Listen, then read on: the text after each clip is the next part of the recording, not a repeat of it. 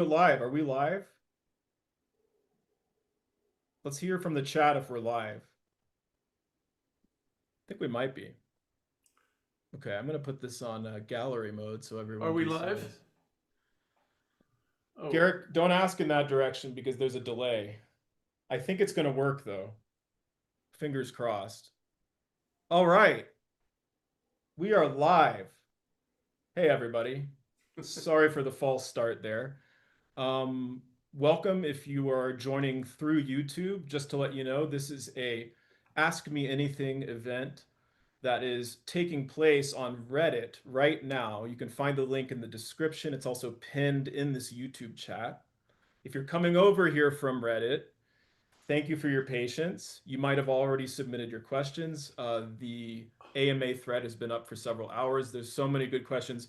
We're going to cut straight to the chase and start answering them. I will tell you right now, YouTube live chat, I won't be looking at you. I'm going to just try to stay in my element with Garrick here. You guys chat amongst yourselves, but if you want to submit a question, do go to Reddit, the subreddit piano. The link is in the description again. You can submit a question there, and if it's a really good question, it will be upvoted, and we'll try to get it in front of our desk here. I'll be answering some questions if they're directed to me, or occasionally if they're directed to neither. But for the most part, we want to hear from Garrick. So without further ado, Garrick, I wanted to start with this. Uh, do you have any favorite recordings or memories of performances that are substantially technically flawed but are artistically brilliant? oh my goodness, many, many. Wow. Huh. I grew up hearing the great Arthur Rubinstein, who was a fabulous, great, natural, and cultivated pianist. But he wasn't always impeccable. He always claimed he played oceans of wrong notes. I don't think he did. But so I grew up hearing a great pianist who played at a very, very, very high level, but he was from a generation that hadn't grown up with LP records and magnetic tape. That generation comes later with Vladimir Ashkenazy and Paulini and Christian Zimmerman and maybe little old me to a degree. But yeah, I've heard lots of great music making. When I first heard Cortot recordings when I was young, by Alfred Cortot, I was a little bit put off by the smudges and the blotches here and there. But they're like blotches on the surface of the sun, or a crack in an old master painting. I mean, my goodness, if you listen to the music, there's no. So anyway, yes, an emphatic yes. I've always been impressed by technical excellence, but I'm not and have never been impressed listening live to a pianist who gives me the equivalent of a recording. In other words, comes out on stage and plays not only every note flawlessly, but all the nuances exactly right. So it sounds sort of like this platonic ideal, unless it's a thrilling performance. Now, for example, in the history of great piano playing, the one perfect name, almost perfect name, looms very large: Arturo Benedetti Michelangeli.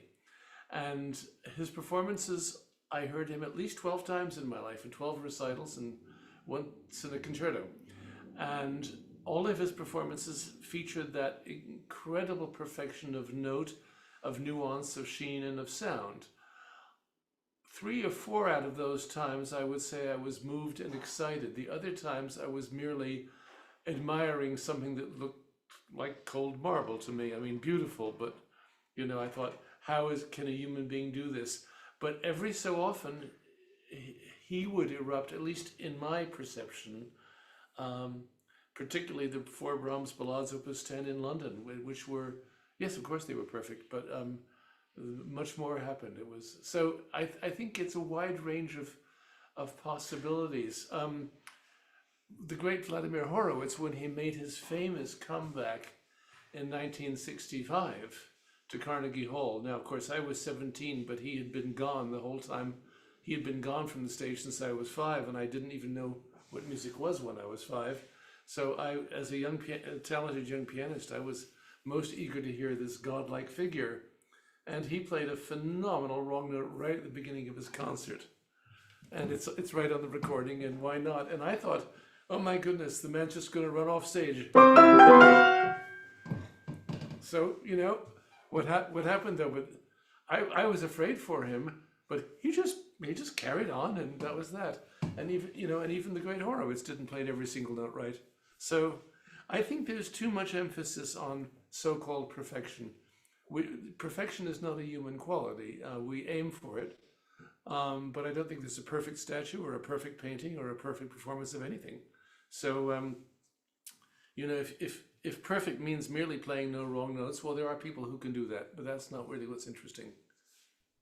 Quick follow-up. Didn't you tell me once that you heard Michelangelo actually have a clunker in the Opus 2 number 3 Beethoven That's Sonata? right. I think that may be on YouTube. It may be from a Toronto live recital for TV. I don't know if there were people there, but there is somewhere, I don't remember where, there's one extraordinary wrong note, and it's played with a complete confidence and authority that he played everything else. And the face didn't register anything. So I guess you could say when he did it, he really did it. This is a somewhat related question. If you had to narrow it down, what are the top 3 qualities or elements you listen for in someone's Chopin playing that, to you, make it truly exceptional? Wow. The 3 qualities all have to sort of come together in an interface. I don't listen to one separately from the other. For example, I don't listen to a pianist's sound apart from their phrasing and pacing, for example. It's kind of hard to do it because just the beauty, the abstract beauty of sound is not enough. It has to be emotionally contexted, and that's where we disagree with each other on the jury, or even as normal listeners. That's why you prefer, Grigory Sokolov playing the Chopin piece, or Kissin, or this one or that one, or whoever. But what for Chopin playing specifically, balance of elements. I mean, the beautiful sound, what I think is appropriate phrasing, and emotional heart connection. And now, what is heart connection? We all have different heart connections. Some people feel certain things in music more than others, but it's a feeling that the pianist knows why that note has to go to the next and how, and that they are living it and feeling it themselves. But of course, this all turns into words about music, and if we could do it with words, we couldn't. But that's sort of the range I'm looking for. I want to be moved. I want to be touched. I want to be excited. Most of all, I want an artist playing Chopin to take me into an amazing world that I feel is somewhat resembles the Chopin world I think I'd like to hear, and still shows me the flowers in their own garden, cultivated in their own way. Okay, I've got a question here that's going to invite you to play the piano, which I'm sure everyone's excited about. But we'll see how you approach it. Okay, so this is from a user named Grocery List spelled in the piano way. What piece from Chopin have you not played in the longest time? Or just think of one that's been a long, long time. How many years? And can you make an attempt to play it now? Oh my. Well, I don't know which piece, but immediately comes to mind 2 pieces, which of course I did play live, but in the last century, so it's more than 25 years ago, more like 30. The Bolero and the Tarantella.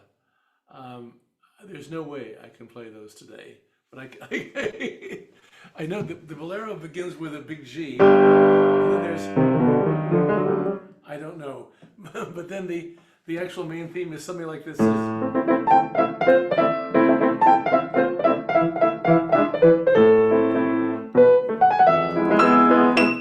Well, that's pretty approximate, and the Tarantella starts like a Tarantella. I'm lost already. I mean, it would not take me long to relearn them, because I must, in playing my complete Chopin cycles in the 90s, I must have played all of those pieces of Chopin that have opus numbers, 15 to 20 times a piece around the world. But they don't stay there forever. It's very funny how our teachers say, the pieces you learn well before you're 20 sort of stay in your hard drive and you never forget them. I think there's a degree of truth to that, because I learned those two pieces and quite a few others just to include them in the complete Chopin cycles and the recording. And of course I cared about them a lot, and I hope I played them okay. But, well, you just heard me not get very far. Not to put you on the spot, I'm just going to follow up real quick because let's just do this now. It doesn't need to be at length, but Allegro de concert, Opus 46. Funny I've guy. gotten more questions about this Chopin piece, which it's true is the least played mature Chopin work. I Yeah. mean, Tarantella's in the Opus 40s too. I don't know when that was written though, but Yeah.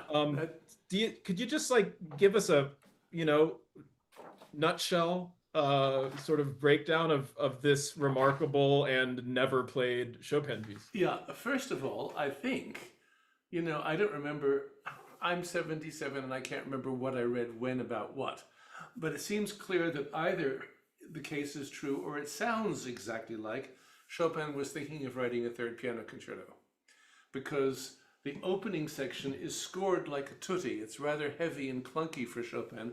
Well, some of it's very beautiful. First of all, there's a theme which sounds like winds, maybe. But underneath, there's a pizz. So there's already orchestral texture implied, and then there's big tutti fortissimos.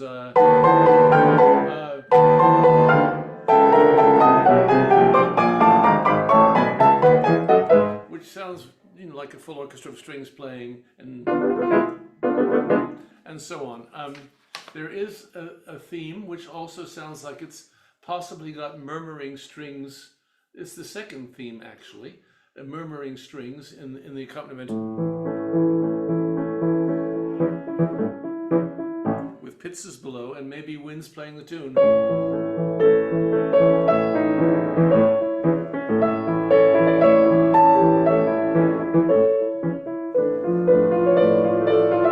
And so on. And it goes on for a long time and gets climactic, and then the tutti comes to an end, not with a bang, but it sort of makes a fade out, and then the soloist enters most elegantly and magically, because the orchestra calms down. You hear the strings and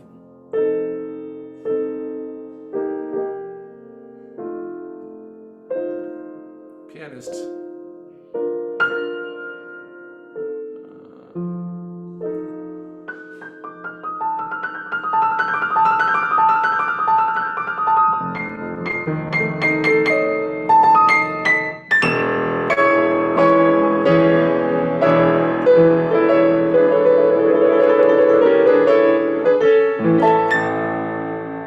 So the pianist is entered, right?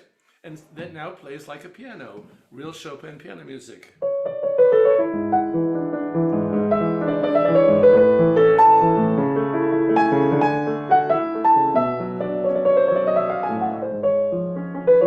I mean, who else? Anyway, it goes on and on. It has, like the E minor concerto, then immense amounts of very difficult 16th note passages before we get to the second theme. And then there's a coda of extraordinary difficulty. And then we come to the end of the exposition, and the tutti bursts in and calms down. And then there's another entrance for the solo after the orchestra is finished. Here comes the piano again.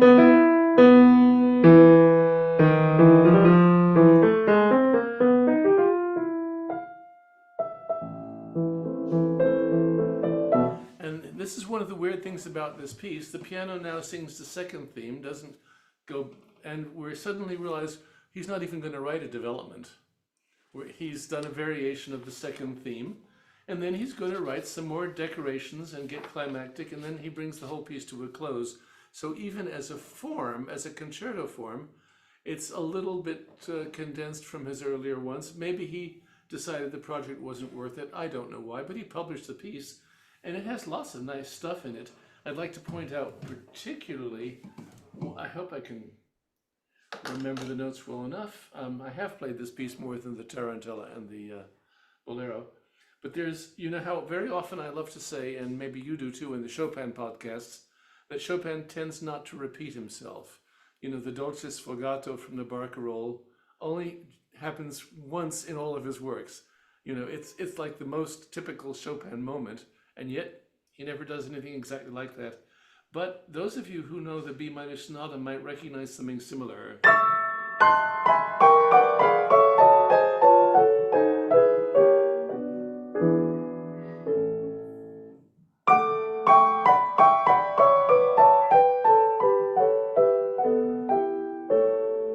And so on. So then there's charming, difficult music, really miserably difficult for the pianist in Chopin's best fully developed style. And then the piano sort of makes a huge Wagnerian crescendo, then the orchestra crashes in and it all comes to a loud end. The Wagnerian crescendo is really interesting because it's preceded by a cadential trill, which is quite common, and you know, and towards endings of piano concertos classically, and even in Chopin. What's I do know the first concerto. All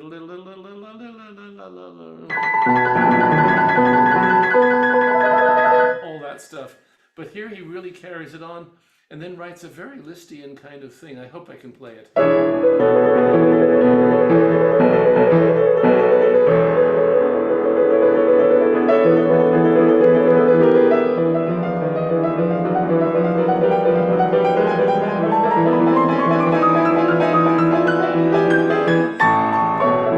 Well, I can't play it, but that's the idea. I mean, he really carries on there.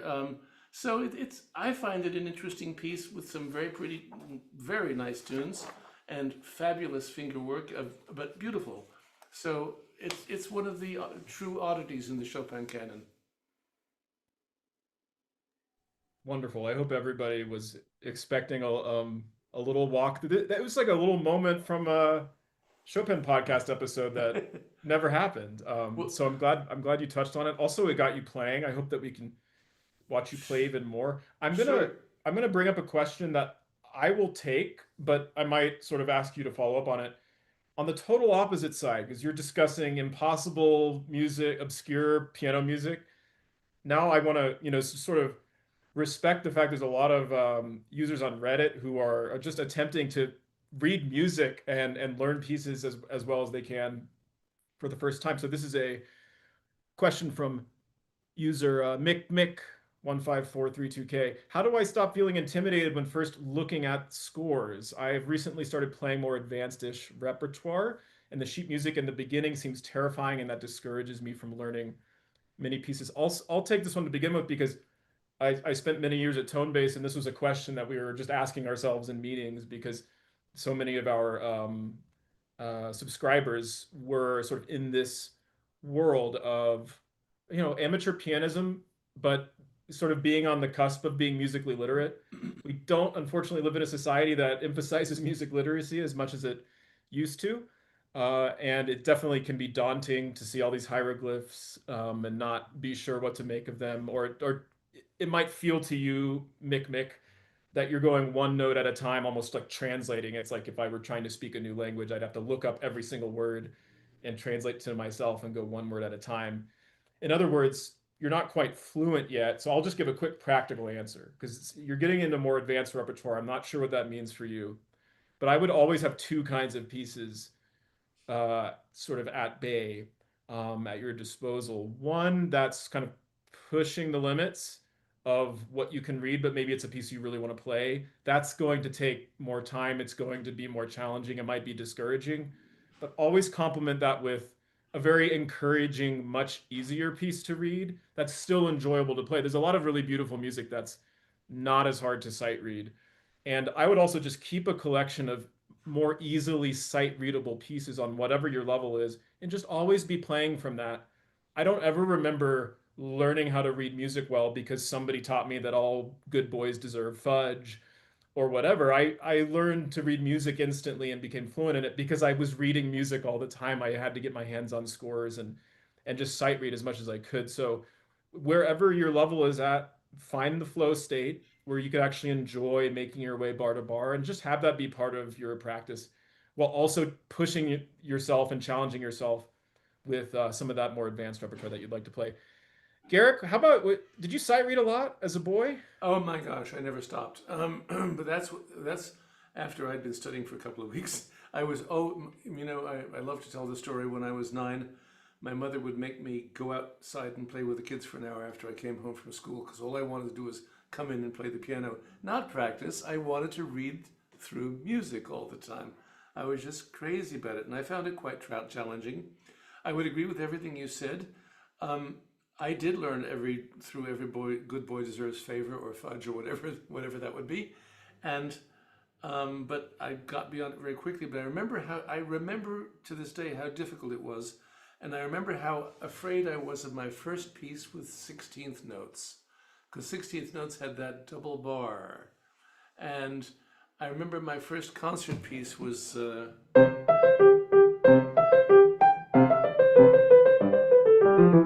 The Clementi Sonatina, which apparently I did very well when I was 8, better than most of the kids in my little conservatory. But I never expressed to anybody how afraid I was of 16th notes.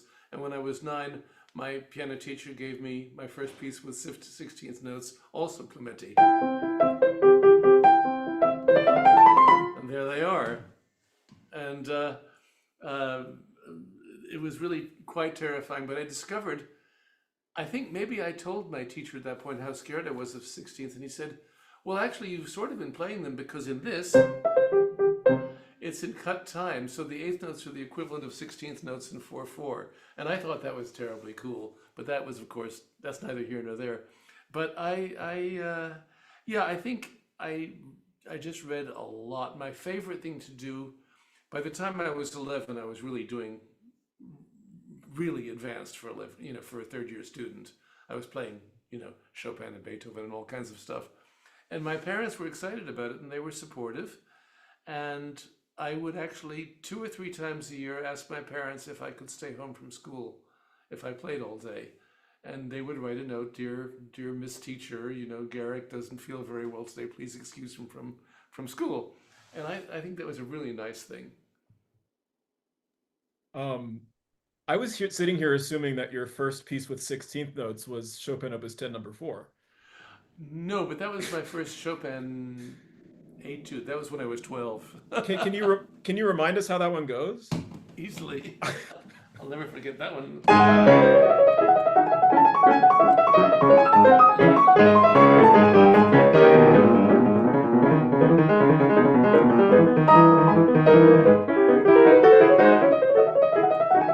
And so on and so on and so on.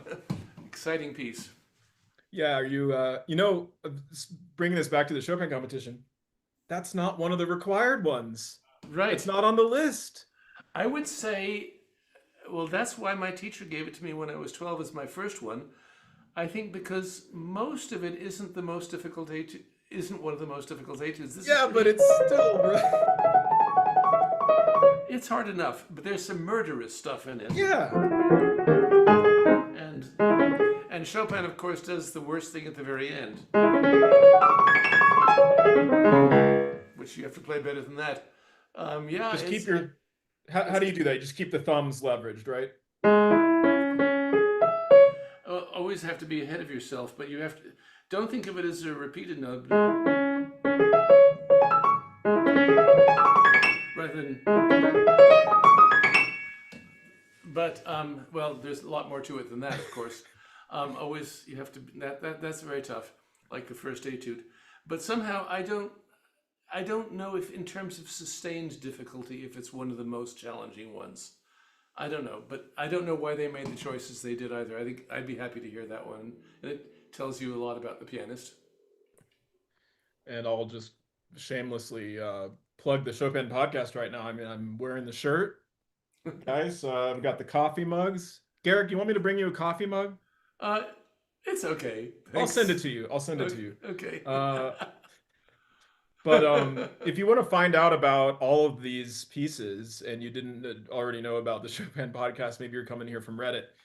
Definitely check it out. Garrick breaks down, I'd say, at 70-80% of the Chopin's output in some depth, and the other 20% he at least mentions. I mean, it's quite comprehensive. What we're doing right now, we've done for many, many countless hours and recorded and edited it. Chopin etudes, big deal. People ask about them all the time. I know many people who are actually at intermediate levels who are trying to attempt them because even though you'd think only the greatest pianists in the world can play them, in a way, even an intermediate pianist can benefit from practicing them, even slowly.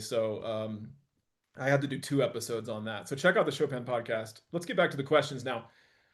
All right, gonna have to ask it at some point because everyone wants to know, Garrick.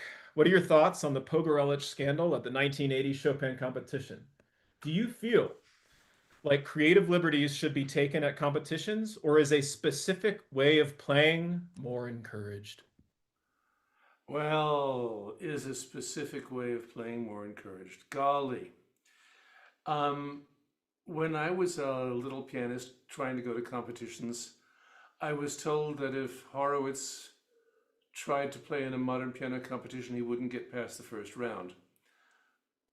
Not because he didn't play well enough, but because his style of playing would be too controversial.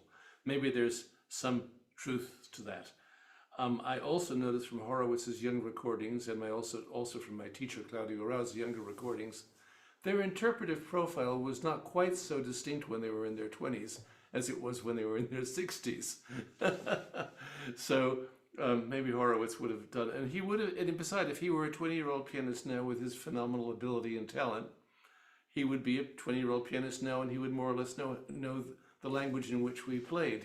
He grew up several generations before, a couple of generations before me, when there was a style and way of playing which allowed for more freedom, flexibility, flamboyance, if you will.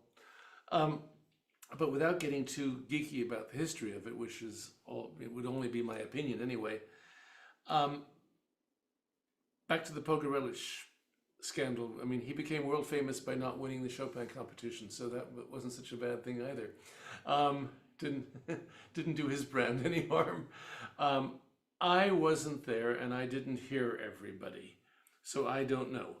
I did hear the recordings that came out shortly afterwards when he began to have a huge international career. And I recognize that his style of playing is what you would call somewhat controversial. It harkens back to an era before World War II, partially, but also in its spectacular pianism and control, it sounded very modern. I was always a defender of him at that time because I felt that if you felt that isn't okay, then I don't think I would have agreed with it. No, I wasn't at the competition, and I don't know what happened. The man who won, Deng Taishan, is a fantastic pianist himself. So I don't know that there was just nobody else who could play the piano there.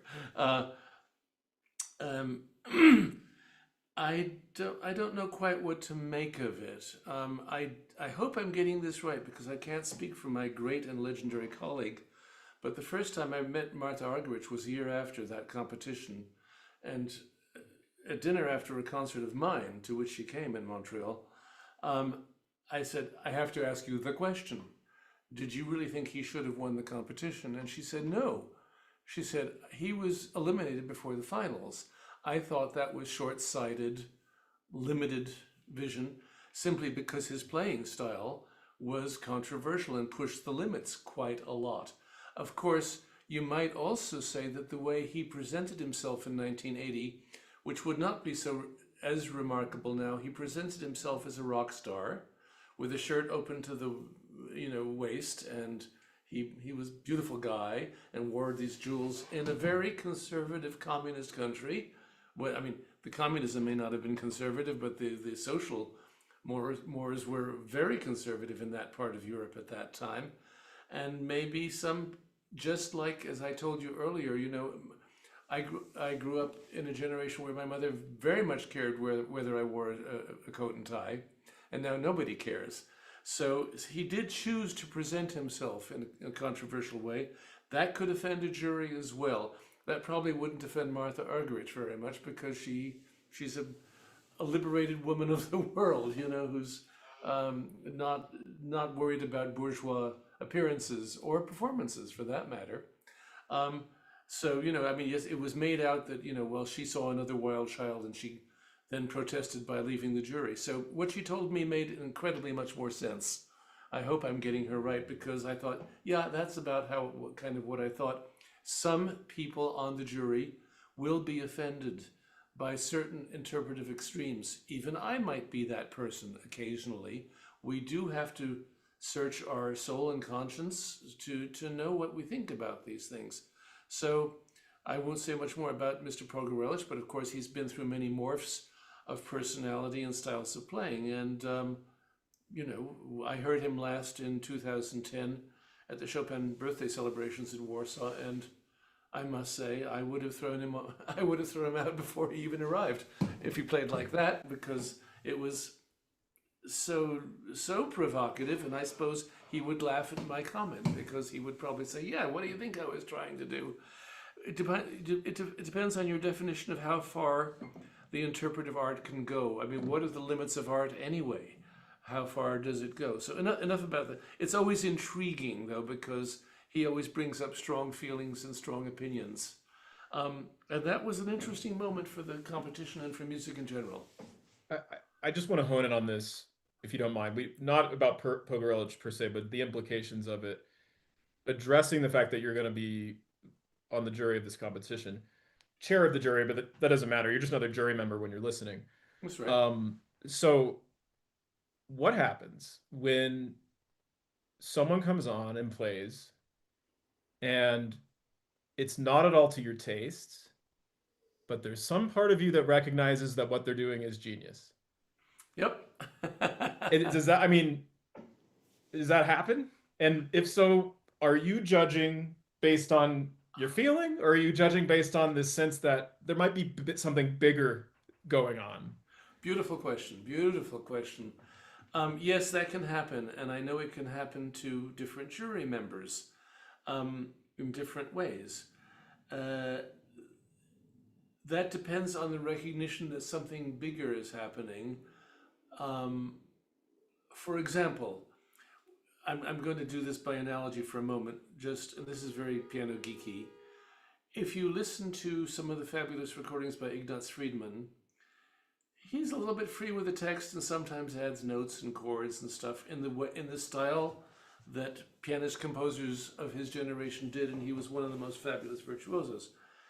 If you're going to be really strict, you'll just say, wrong, and yet if you really listen to the music, you might say, oh, this is a real artist who has something to say, and I wish he hadn't taken those liberties, but given that, I have to accept the larger thing going on. And I think that gets us, all of us pianists who hope to be artists, right where we live, because what is it that we're trying to do? What are we trying to communicate? Sometimes, I don't want to get too vague, but yes, I can be moved or very disapproving of something. I mean, the one who always came up most in my own life was the great Vladimir Horowitz, who sometimes did things. Well, for example, let me just name any of his recordings of the Liszt Sonata, which contains some of the best passages ever recorded in that piece, and some of the ones that I think are the most cheap and kitschy and showy-offy, and, can you really have 2 orgasms per bar for a whole, 25 bars? Tricky colorings and things and that, and then ridiculous virtuosity sometimes, otherwise, and yet the whole conception is monumental. And the man was a genius, but there are many things about it I don't like, and more specifically, I would hear him play pieces and I would think, at X recital, the F sharp minor Polonaise of Chopin was the performance of a lifetime and of a great genius recreator. And yet, in an encore, sometimes he might do something that I would think was so cheap and so false and so kitschy. And I noticed that the audience didn't agree with me. So, we have differences of opinion. And just recently at the San Francisco Conservatory, and this is not a secret, the artist diploma is our highest award and supposed to be for our best couple of pianists. And we had 5 finalists, and my order was exactly the opposite to the order of all the rest of the faculty. So I was the onion in the petunia patch. What do you say? Do I feel that I'm wrong? Nobody felt that I was unqualified to have an opinion. I made it known, and that was that, and I was outvoted. So that's the way it's got to be. And I wish all of those pianists well. I was just sorry that my winner wasn't even close to being accepted. What are you going to do about these things? We'll lighten it up a bit and bring it back to just your craft as a concert pianist. So this is from a user named Style Warning. As concert pianists, do you still, I guess this is to me too, but I'm going to put it to Garrick first. Do you still encounter new technical struggles that can take days or weeks to resolve? Or are most challenges just in artistry and interpretation? I'll start with you, Garrick. I don't want to be arrogant, but I would say most of the challenges are in artistry and interpretation and understanding of the music and what you think it's supposed to sound like and mean. No, I don't meet many technical challenges that take days or months to resolve. Sorry, when was the last time that you did?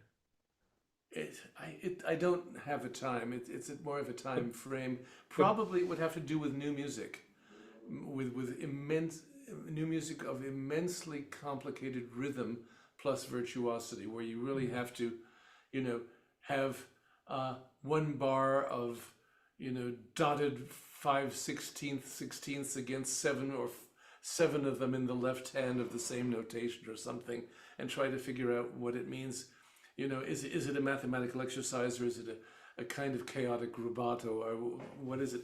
Those things, but you have to be very careful. I would say probably the last, kind of monster pieces where I felt I really, really had to work.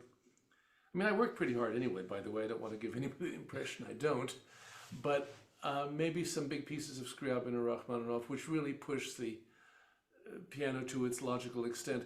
But I feel that if you can play the Chopin etudes reasonably well, and if you can play, the virtuoso music written by Liszt, Brahms, Rachmaninoff, Scriabin after that, there's not much in the 20th century or 21st that you can't handle. I mean, I think the limit of what can be done by the human hand on the piano has been more or less figured out. I mean, can you write unplayable music? Sure, I could write a chord for 28 fingers. Nobody can play that. There are limits to it. So also, I want to address something that conservatory students struggle with a lot. This is a little bit off the subject, but I'm getting there. They often ask with great wonder, but how can you play the Brahms second this week and the Tchaikovsky first the next and the Prokofiev third the next and Mozart the next, and then play a Beethoven recital the next week? And this is going to sound a little silly, but it's easier when you've done it 100 times. When you've climbed the mountain that many times, not only that you can climb it, but you know how to climb it. You know the spots where you can, really got to pay attention and, get your picks into the side of the mountain exactly right.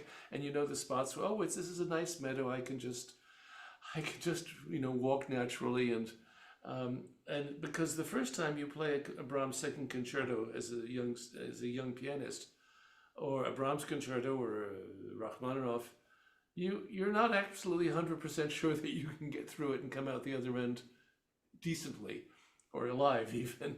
It's quite scary because you learn how to do it. I mean, when I watch the Winter Olympics and I see those skiers come down those many meter things and jump into the air and do tricks and land and they don't die, that's impressive too. But they didn't start there. They learned over the while They started easy, and we do too. So the other thing is that just like if you hire a very experienced lawyer who's 55, who's been handling that kind of case for years, they know what to do. If you hire the 30-year-old lawyer who's just started in the firm, he has to charge you for a lot of book time because he has to spend a lot of time figuring out what he's going to do. He doesn't know the steps. So after playing all these big, difficult pieces, you know what's required to play them. So in other words, if I take a new Beethoven sonata, although I know them all at the moment, if I take a new difficult piece, I know how to approach it somehow, and I have the confidence that,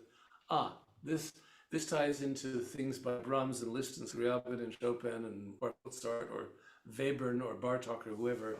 I have a lot more to draw from in terms of life experience.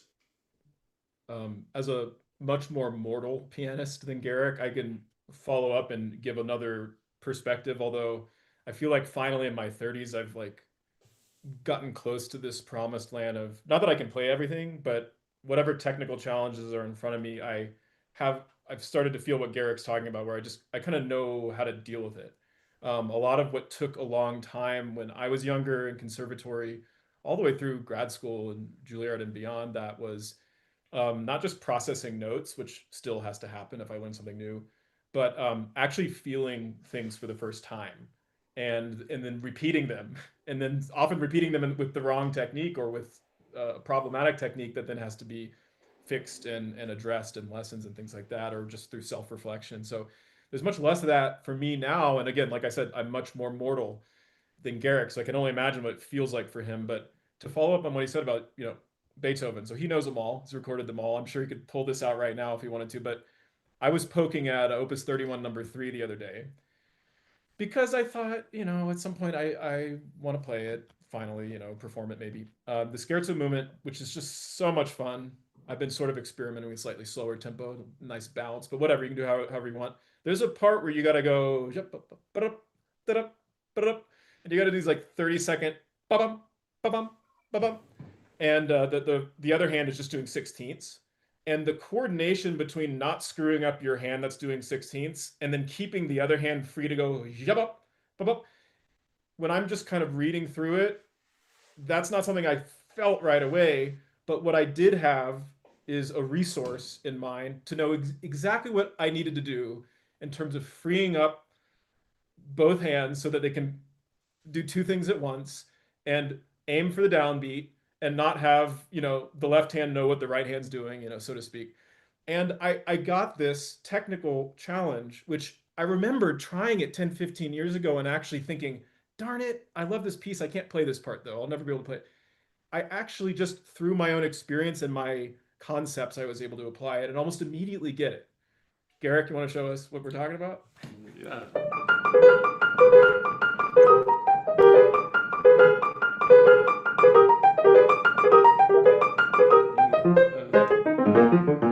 Something like that, not very good, but you see what I mean?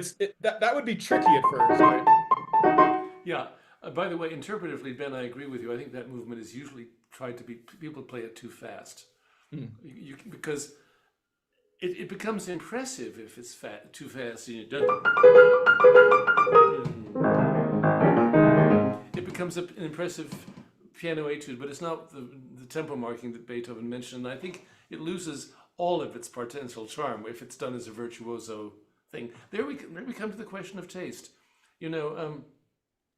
Which is the same in Chopin. I mean, but yet I, on a jury, listening to that pianist play the Beethoven, if they play it in the way that many people do, that's okay. I can live with that if they do it well. That's not unacceptable as pianism. I think as music making at the highest level, you're losing some of the gentle humor and old-fashioned charm that Beethoven's written into that whole sonata. But that's just a point of view. But there you go. Those are the problems of art. What is this piece? Is it just to glorify your incredible technique, or is it to actually make us smile in a gentle way? I just love hearing the like once you fall in love with the sixteenths, you don't want to play them fast. Yeah, you don't like it's hard to hear them fast again once you really fall in love with every note. Yeah, Yeah. exactly. Well, and that brings up I just cannot resist being pedantic. So that calls in the factor. If you're playing it in the faster tempo, you're feeling it two to a bar, bum, bum, bum, bum, bum, bum, bum, bum, bum, bum, bum, bum. And if you're playing it slower, you'll be bum, bum, bum, bum, bum, bum, bum, bum, bum, bum, bum. And those two will never quite meet. Even if you try to bring the tempos close to each other, and that's how you feel it. It's sort of it's. I think even Tovey points out it's sort of a 4/8 piece in the style of Haydn a little bit. He thinks, and but there's no legislature, there's no court of law or board of standards, or water department who charges you a certain amount, or electrical board who can say that's right or that's wrong. Um, okay, back to the questions. So, Yes. and again, this is for pianists, but really any pianist is going to feel this way. This is from a question from Piano and T. When I play the same piece for a long time, it starts to sound too rehearsed and pre-planned. Do you have any tips to keep pieces sounding spontaneous even after a long time? Let me just begin by saying I'll start with a short answer, then hand it to Garrick. I this was my biggest problem for a long time is I would be most in love with a piece and feel freest with it when I didn't know the notes yet. And it was only once I packed them into my system that I could actually technically play the piece. And by that point, it was so rehearsed that I didn't feel free anymore. So it was this catch 22. And relating back to the previous question, only recently, now that the processing is faster and I have other work to do, and piano is much more of a hobby and pleasure for me now, and I just feel freer from the outset and things come quicker. It gets easier. But this is a dilemma that I think is one of the hardest ones as a student, really at any level. I mean, even as a really advanced conservatory student, and man, you hear it at competitions. You definitely hear a very practiced sound, and it's unfortunate because it might not be exactly who that musician is. They might just be really determined to get it right because they're walking a tightrope here. They don't want to fall off, but it's not as free as they might have felt about it when they started. Garrick, what do you think? Oh, I agree with it all. First of all, the answer is no. I don't have a method. I think this has to do with the factor that was discussed earlier, which is fatigue or getting tired of something, even a beautiful piece of music. Um, yeah, I think you're right, because we're so concerned with how we need to play it. And we're so concerned with our good ideas. Oh, here I do this, and I did what my teacher said, I did what the score said, I have a feeling for it, I even, I played it and people applauded, all that stuff. It can get to be, I really know what I'm doing from moment to moment, and then I don't have an answer for this question, but I recognize the problem very, very, very well. I think that for me, and this is not going to be very useful, I never focused on a really narrow, small repertory. There are great colleagues of mine who play maybe one, maximum two recital programs a year, and maybe a couple of concertos, because they want things to be at the highest standard of polish and excellence and infallibility, perhaps, and find it's too hard to do. There are other people who can do more, and there are other people who do too much and shouldn't. I don't know. But I've always wanted, my own advice, this is probably bad advice to the person who asked the question, is when you get to the point where you're no longer feeling spontaneous about the piece, just close the music, put it aside, and don't think about it for a while, and go work on something else. Because I find that's awfully, that refreshes, and it gets you out of the sort of jail of like, oh, I really need to work at this, and I really need to make it sound this way. I think that's a first step. Just as you said, before you even know the notes, you have this wonderful free feeling about mostly the emotional flow of the music, the hills and the valleys and the spots you love. And then when you have to deal with all of that stuff, you often feel quite inhibited by the reality of the score. But I think then you actually cross over to the other side after a while, where you realize that, oh, now I really have got it and I can do that. And oh, now I can take off the straitjacket a little bit and begin to enjoy it and challenge yourself by listening to other people play it and get other ideas about it or study with somebody else. But I think also not, you can squeeze the tube of the toothpaste until there's no more toothpaste in it sometimes. And inspiration is a fragile but powerful thing. And I think if you try too hard to, even love a certain phrase, let's say in the Chopin B minor sonata.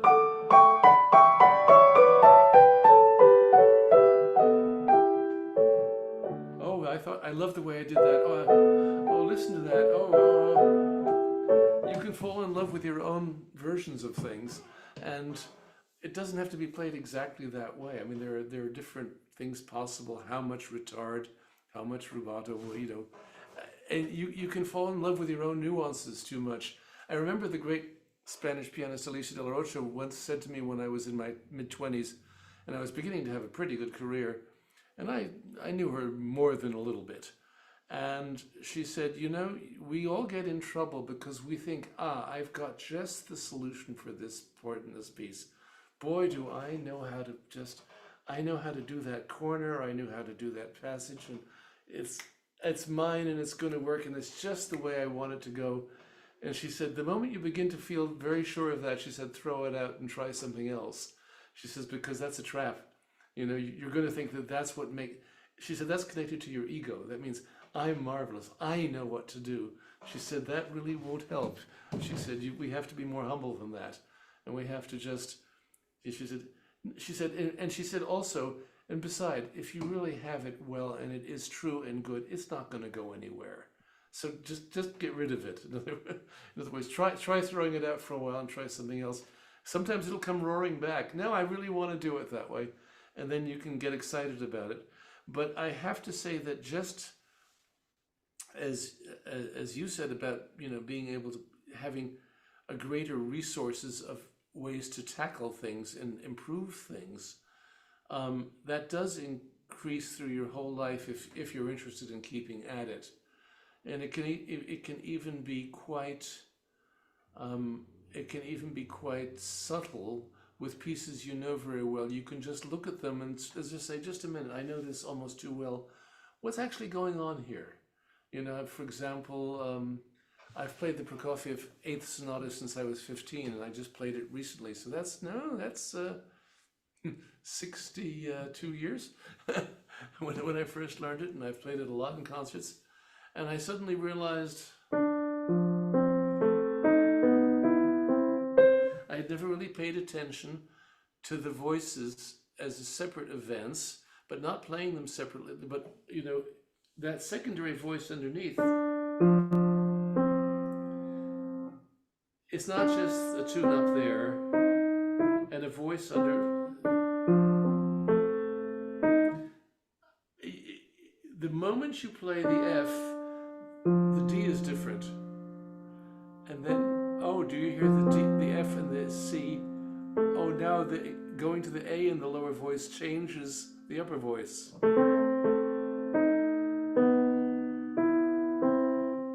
And suddenly you have this beautiful, complex interweaving. It's not a melody and accompaniment. I used to just sort of play it kind of normally as a tune with everything else kind of in the background. And that sort of brings you back into the music. There's thousands of ways of doing that. I just picked that one out of the air. Okay, great. Well, I was about to ask you to keep playing the Prokofiev 8th Sonata, but maybe this isn't the right time for that. I'd be happy to. No. That I can do. Well, how about just the last line of the whole piece? No, you don't mean you mean that one? Yep, yeah. I just want to torture you for a moment. No, I don't think I can do that. Let me just. I'm to be held harmless. It's about It'll be about half a minute. Okay.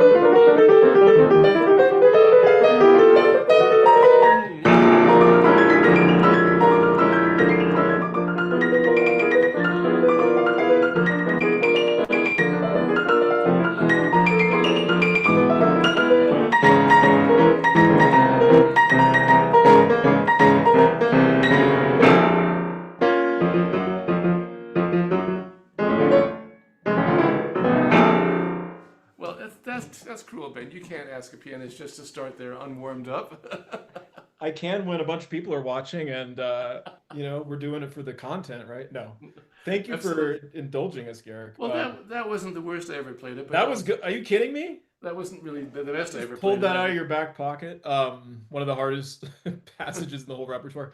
It's Okay. ridiculous. Yes, I It's mean insane. Yeah. there he does the Chopin sadism of after you've had this rather demanding half-hour piece, which is difficult enough, he just he screws up the technical difficulty and the musical intensity at the end. Even some of the greatest performance of it, maybe all of the ones I can think of, I don't think there's a single note perfect No. live performance that exists of that moment. It might actually be, if you're playing it note perfectly, you're missing something.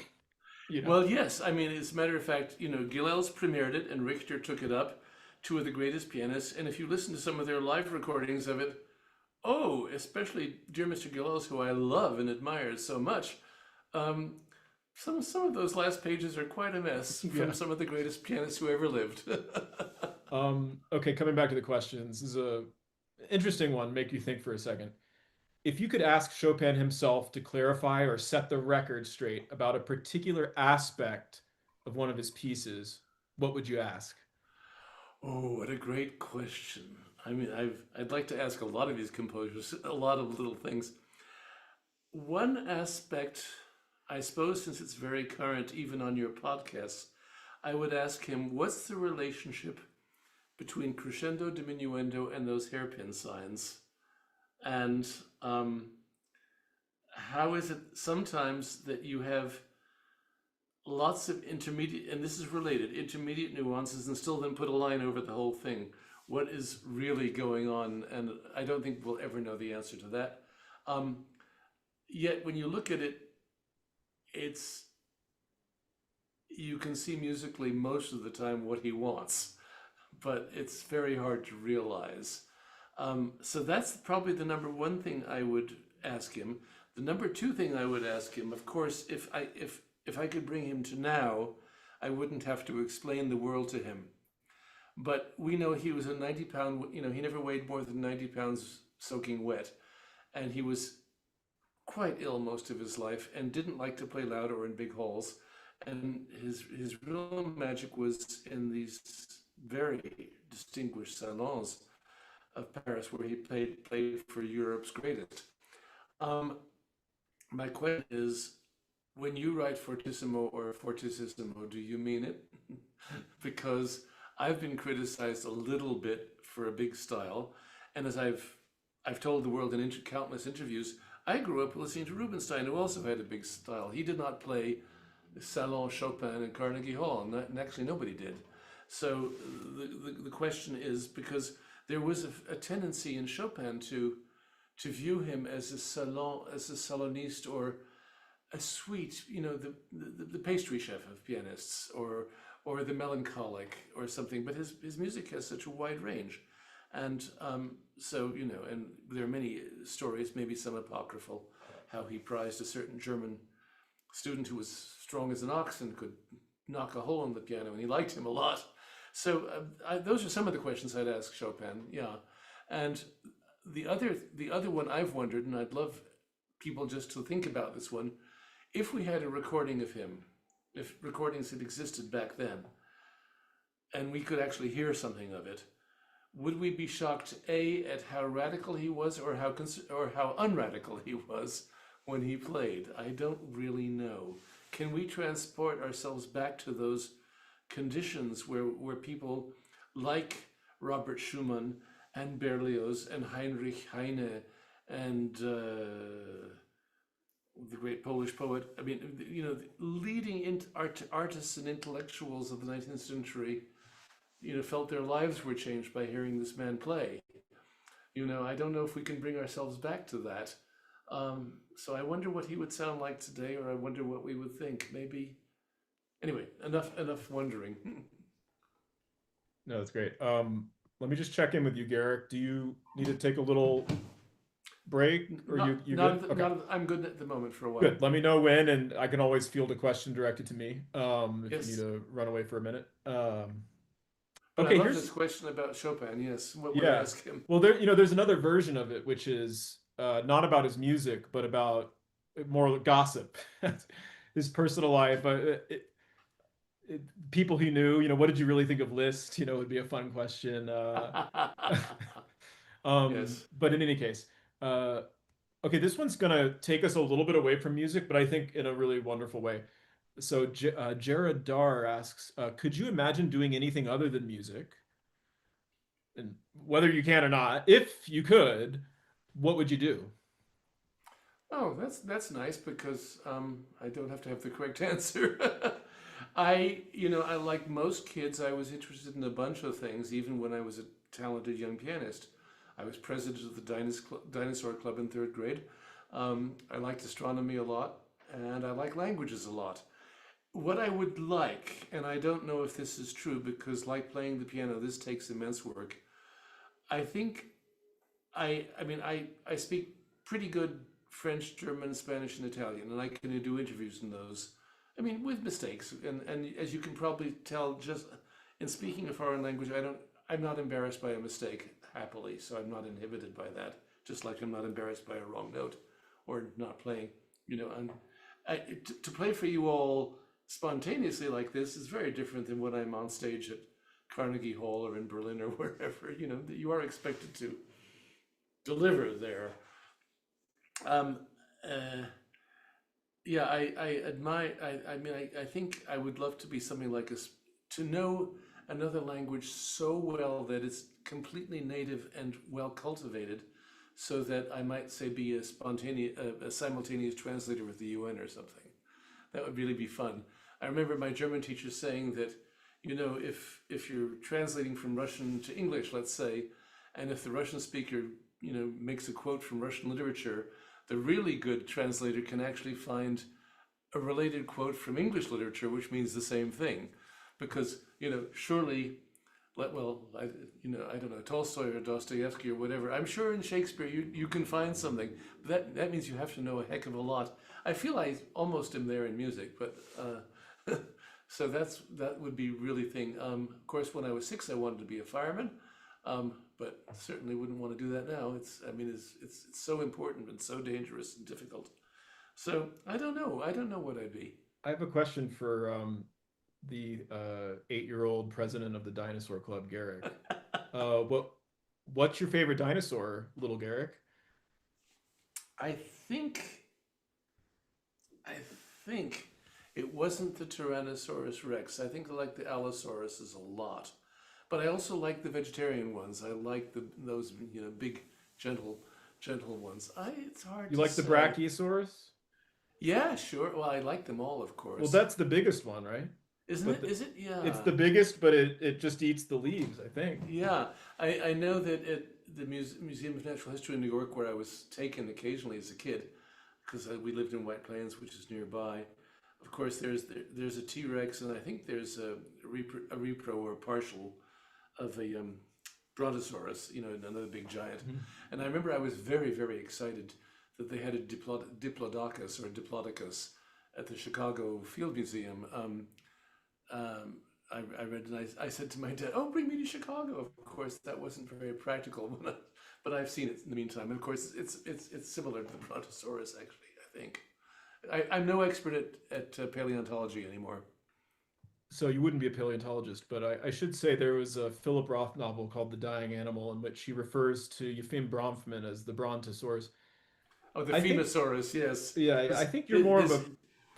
For me, you're a Brachiosaurus, a gentle giant. If I were to assign you a certain dinosaur, but well, thank you. I'm not sure. I'm not sure a Brachiosaurus could play Islame quite like you. So, well, did you ever play that? Actually, no, I never did. I didn't want to correct you, but I've never played it. Okay, well, now you got something to learn now. I probably could have, but Is that too late? Okay, we'll talk about his is loving it too another is day. it too late? Oh, I don't know. Probably because the particular technique of that reminds is a lot of hands handing things motor rhythmically. Mm. Oh, I think I could do it, but no, that's an interesting question. I don't know. The thing is, I've played enough really, really, really hard music that I don't feel I need to do that just to convince myself. I know Um, it's a nice piece, but it's a nice piece, but I never felt like it was as a piece I had to play. In other words, it wasn't like and since I have so many hundreds of pieces that were like that, I went for those first. that might fall under the category of you had to learn it when you were 15 or something to Maybe let people just actually, say. yeah, and all that sorts of stuff. See, Yeah. you got it. It's there. Well, oh, Okay. I've looked at it, of course. Okay. So, new question: how much of the supposed differences in style and interpretation from modern pianists versus past eras can be attributed to differences in recording technology versus actual playing differences? Wow. Actually, I want to make sure we're understanding this the same way. I wonder if what they mean is the existing technologies at the time. Let's just take the golden age era about 100 years ago or so, 80 to 100 years ago. If they mean the fact that playback technologies existed, but were still in their infancy then, and recording technologies, or if they're talking about the actual experience of us listening back to the old records that have a certain quality of sound to them versus modern crystal clear high fidelity sound. Maybe you could wrap this all into the same answer and just speak to the traditions of piano playing, let's say, of the past few decades versus about a century ago, and how you see that corresponding with technological change. Oh boy, that's a big one, and um, once again, there's no one answer. I think that um, one thing we can do that has been done occasionally, I know Harold Schoenberg, the critic, did it, was to take a modern high fidelity recording and add the scratch,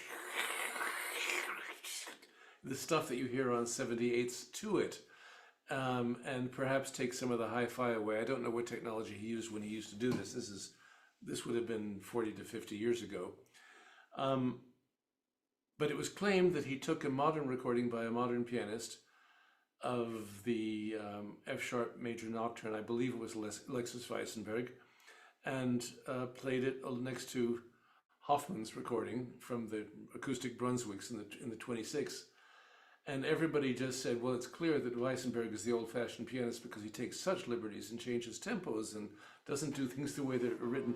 Now, of course, Hoffman, at his most pristine, is relatively text faithful and was a very modern pianist at his time, at that point in history. So I don't even want to enter into that so much using Hoffman because he's so uncanny, whatever he's doing. But I do think you'd hear there are some things which are absolute and not subtle. I remember when I had a recording on LP when I was about 10 or 11 of Paderewski. He was so famous that RCA transcribed those old, it was on the Camden label, which was the second label. But I was shocked because I played the Schubert Impromptu Opus 142 number 3, and I was shocked to hear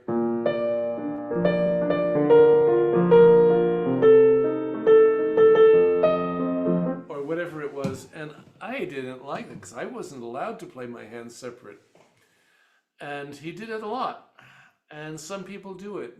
Even the Michelangelo, who certainly lived well into the hi-fi era and was perfect, quite occasionally clunks a lot on, in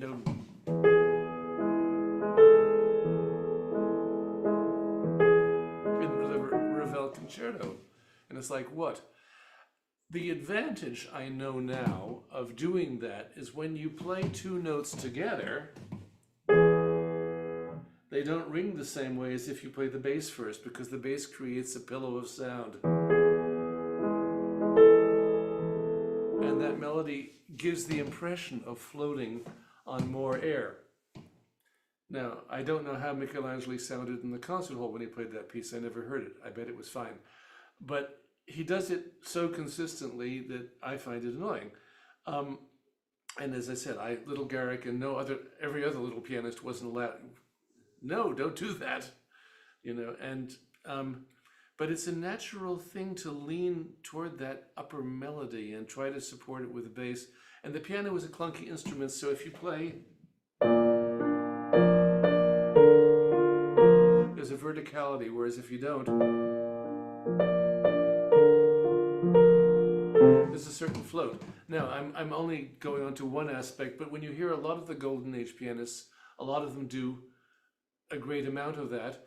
Rachmaninoff doesn't do a great amount of it. He does it when he chooses for obvious sound and expressive reasons, and it's ravishing. But how can I hear Rachmaninoff's tone on the recordings of the time? I don't know. But somehow I have the feeling that I can, and that his was very unique to himself. So I don't know if people played differently because of the recording technology. Of course, all those pianists before World War I, up till 1948, had to play in 4 to 4.5 minute segments because that's all the 78 disc could accommodate. So that changes the way you do things. And I'm sure recording was more torturous. And I know that in the famous story of the Midsummer Night's Dream Scherzo, Rachmaninoff had to do 7 takes before he got it right enough to release. Wow, I'm sure they were all pretty good. But how we play differently and understand differently, it's moved over the years gradually. I think when if you think about, I'm fishing around. I'm padding my answer a bit. If you think of Schnabel, who was a member of that generation in Germany, Die Neue Sachlichkeit, the new objectivity, which was very popular in Europe and all of European classical music making. In other words, Toscanini was a leader in it, and Weingartner. In other words, Toscanini said, this conductor studied with this person, who studied with this person, who studied with this person, who studied with this person, who studied with Beethoven. And Toscanini said, I got it from Beethoven himself, Allegro con brio, 3/4 time, E-flat major. I don't need this teacher telling this teacher telling this teacher telling. So, that was the new objectivity. And yet we listen to Arthur Schnabel, and he sounds very comfortably old-fashioned to us and beautiful. So, he doesn't sound nearly, the next generation of important Beethoven players on record would be Backhaus, Kempf, Arau, Serkin, Brendel, let's say.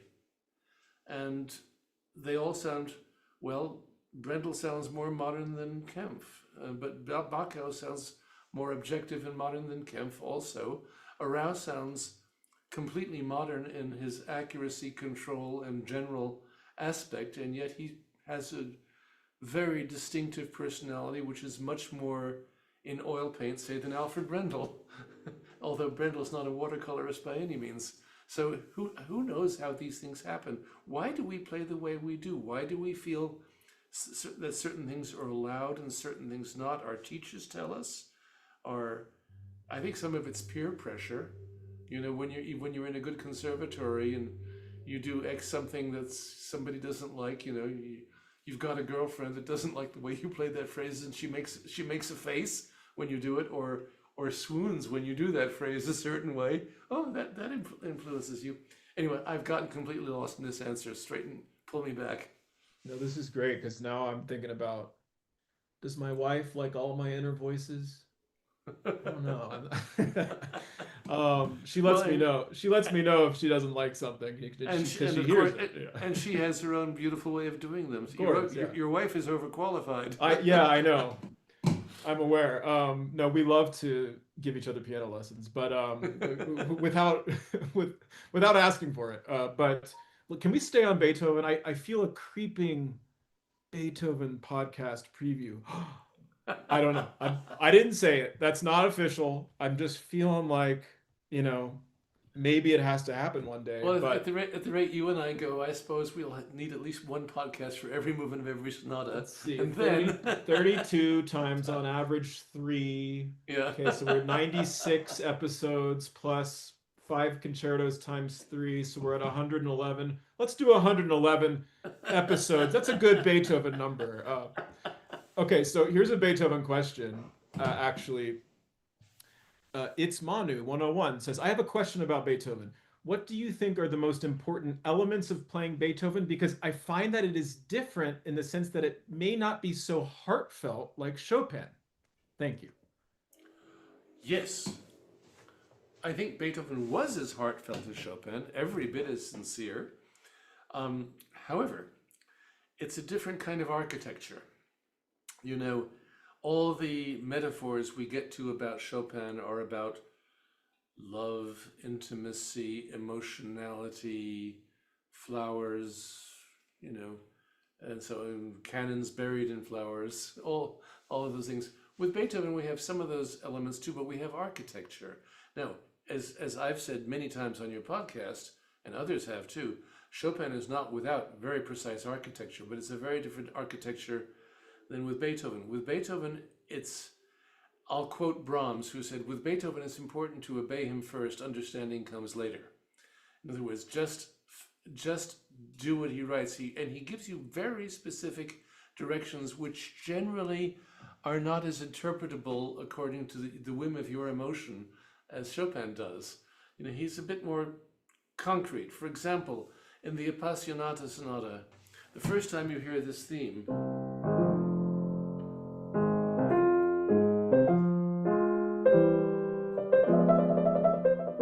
which wasn't a very good pianissimo, but you know, we have limited reproducing facilities. The next time he begins it in the same key, the following thing happens.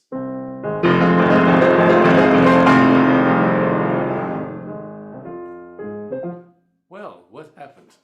You know, there was, let's say, a violent interruption, right? Okay, we don't know why he did it, but there it is.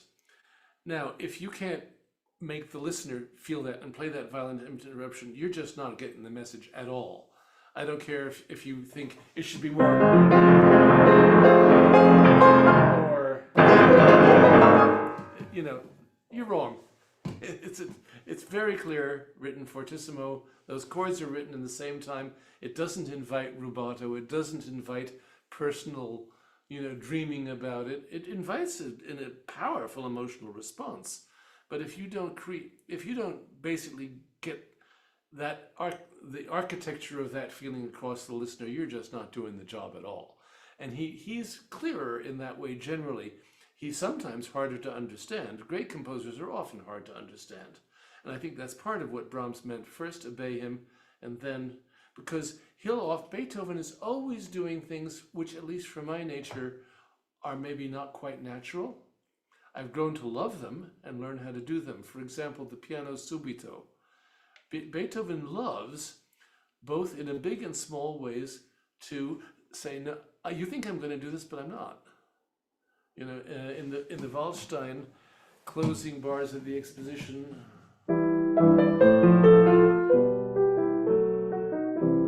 he often does that all over the place. So what should he have done? A normal composer might have, in my mind,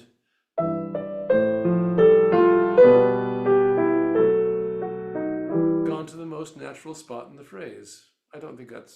I'm not rewriting his possibilities. That feels kind of natural, whereas Beethoven writes a crescendo, and then right at the high point of the phrase, he pulls it away. So I'm not going to do what you think I'm going to do. He pulls the rug out from under you. Now, that takes that passage from being a very ordinary passage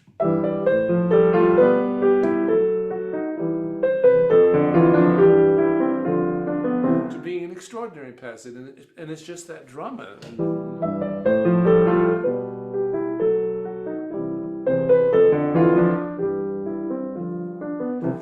He's a dramatist also. Chopin is a dramatist too. All great composers are.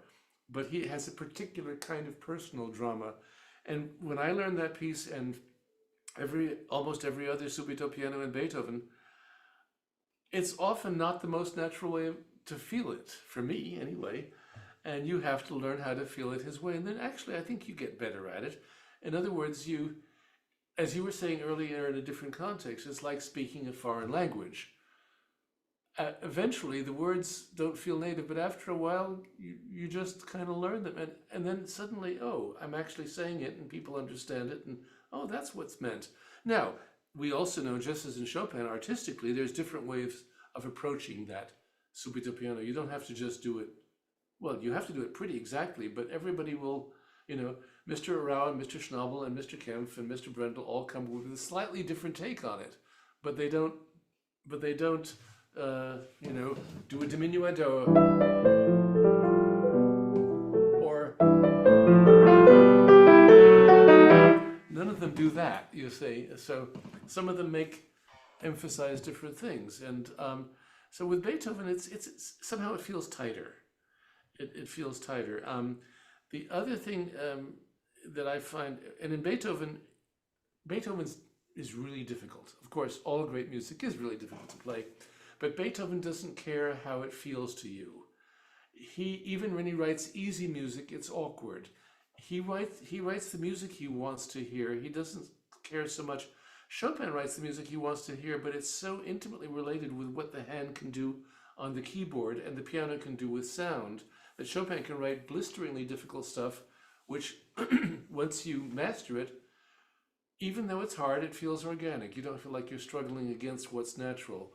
Whereas look at a piece that's often given to young people, the Minuet in G.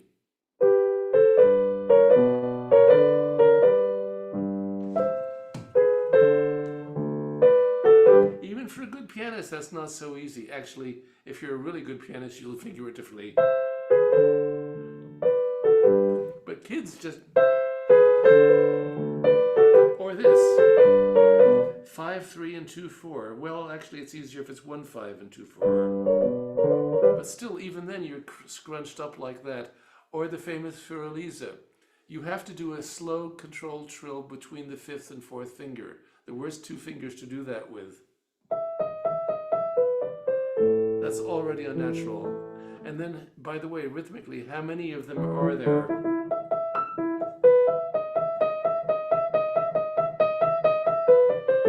Kids have trouble counting those, understanding how they fit into the pattern. See more fingers that 3-2, 3-2, 3-2, 1. Much better. 3-2, 3-2, 3-1. Much better, yeah. But when you're a 6-year-old kid or an 8-year-old kid learning your first easy Beethoven piece, you don't think unless Seymour or teacher tells you, it's also logical because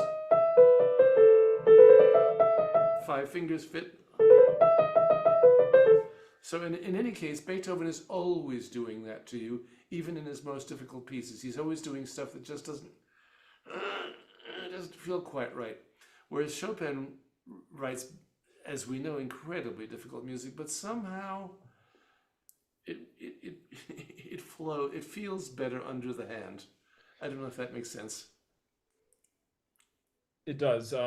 So I want to try to get to more questions because there's so many good ones in the Reddit thread. It's amazing. So I talk too much. We know that. No, it's good because I think you're also touching on a lot of the ones that have been asked, but I want to just see if we can go a little bit more for volume. So I'm going to pose some to you and we'll see what happens. But the next one's actually the most upvoted question on Reddit. And I think it speaks to just how many people there are who are trying to get better at the piano. I mean, who wish they could play like you, Garrick.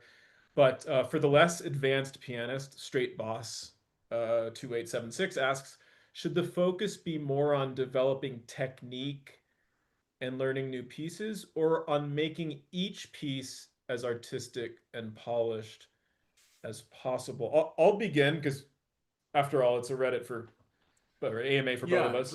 Please do begin. Yeah, I mean, this is one of those perennial questions for piano students, adult amateurs. I think even for great concert pianists, there's some sense we can think of.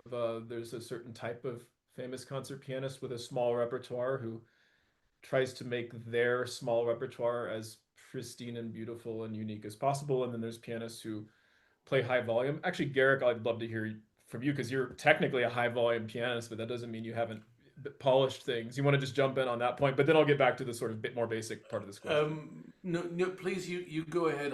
Okay, yeah, you I'll think chime about it, in. but yeah. So for the less advanced pianist, should the focus be more on developing technique and learning new pieces? Let me just unpack the question because I think there might be some assumptions there. So should it be more on developing technique and learning new pieces? That's posed as one category over here, versus making any given piece or making each piece as artistic and polished as possible. Um, I- will just say, first of all, I think the emphasis in piano pedagogy on learning the next piece in your lesson books is actually has been sort of overall a negative for a lot of music education. Looking back on my experience, this pressure that we felt as piano students and that I think piano teachers feel, partly coming from parents, partly coming from themselves, to get the student ready for the next recital so they can have, or the next piece so they can show the progress. So the piano lessons have been proven to be worth it. That Mm, sort of learning new pieces, the next one, the next one, the next one, can become a kind of ideology. And then it's like, okay, I got through all the lesson books, or I made it through book 8 of Suzuki, or it's like this sort of finish line accomplishment. And then the second half of your question is what can be ignored in that situation where, you know, each piece wasn't focused on as a singular piece of artistry. So I do think those two things are definitely at odds in a lot of training. Doesn't mean you can't be a student who is very gifted and advances and learns lots of pieces in a very polished way. But I do think this emphasis on getting through the lesson books is a problem and should be overcome. In terms of developing technique while you're doing it, technically, if you're going to get through those books, you can play those things, but this is where learning new pieces can also challenge and hamper one's development of technique. If technique can be tied to the second half of your question, the making as artistic as possible a piece, and not tied to the first part of your question, the learning of the notes, then I think that solves your question. Think of technique as the this process of making each piece as singular and artistic, a beautiful thing that you want it to be, and not a mechanical activity of computing, inputting, and outputting putting notes. I think that's the fundamental um, mistake that's made in piano pedagogy on both the student and the teacher side. Even if we preach all day long that technique is, you know, it's all about technique and musicality. They always go together. We can say that all day long, and then we still often teach in ways, or we learn music in ways that think of technique as a purely mechanical process of getting through that score. And there's something about seeing the score, which is almost like a punch card of notes. It really hits home when you look at a piano roll. You're like, oh yeah, that's kind of like a musical score. It's just like dots, and there is this kind of like input output thing that's going on. That's very dangerous, and I think just the presence of scores. And I love scores. I love looking at them. I love sight reading. But visually, you know, Leon Fleischer talked about this too. Visually, they are very misleading, and they can look like these grids of data that need to be processed. So yeah, I would say for the less advanced pianist and the more advanced pianist, the focus should be on rethinking technique in terms of how we can use our bodies and our minds together to realize our spiritual, emotional, expressive intentions in any given piece. And that process will define the pace that you go in, not the other way around. So that's how I would sort of phrase that. mm. Uh, this is a tough one for me, because both are important at the level of public performance, or being a a performing musician. You have to be able to deliver a certain level, a standard of quality in what you're doing.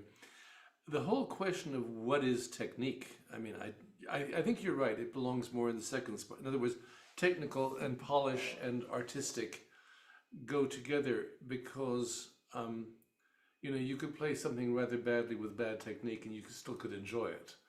Uh, I think that first of all, I don't know how music should be taught. I've been really pondering this a lot since I've been teaching more regularly in the last 7 years. How should we be doing this? I find that at the conservatory level, which is a pretty high level, um, people want to play pieces that are too difficult for them. And they often get into what we call technical trouble. And by technical trouble, which we means where it doesn't work, and there are sometimes physical consequences, even tendonitis or forcing or not breathing or various things.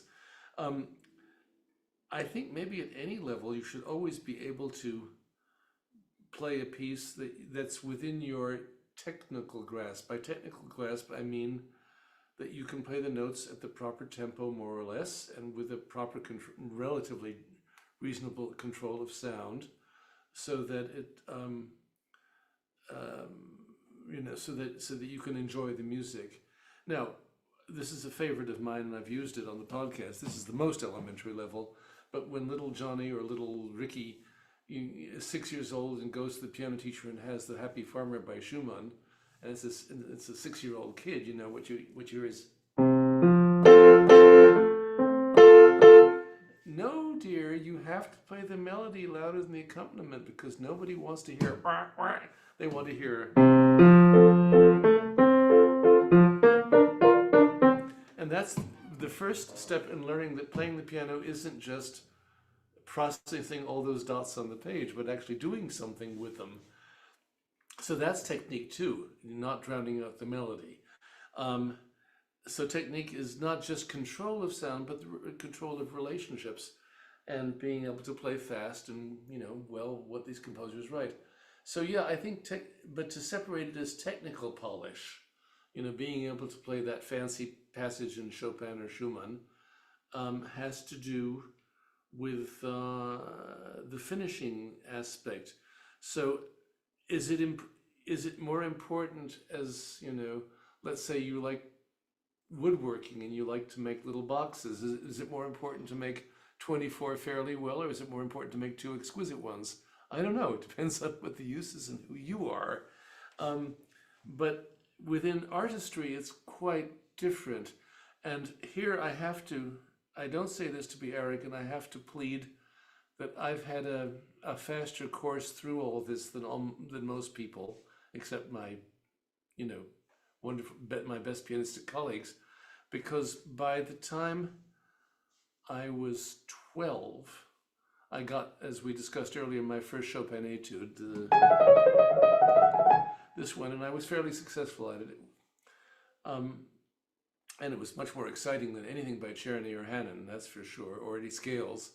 And my first teacher, who was a very sensible and wonderful teacher, said, if you can play that piece that well, you never need to practice scales or exercises ever again, because you can find technical work to do in every piece you play.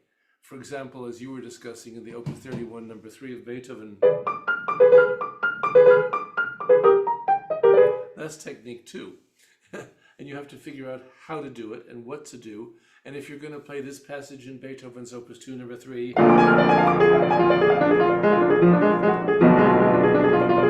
which I can't play cold, especially not when I'm sitting sideways, you're going to have to, you practice your Czerny-like passage.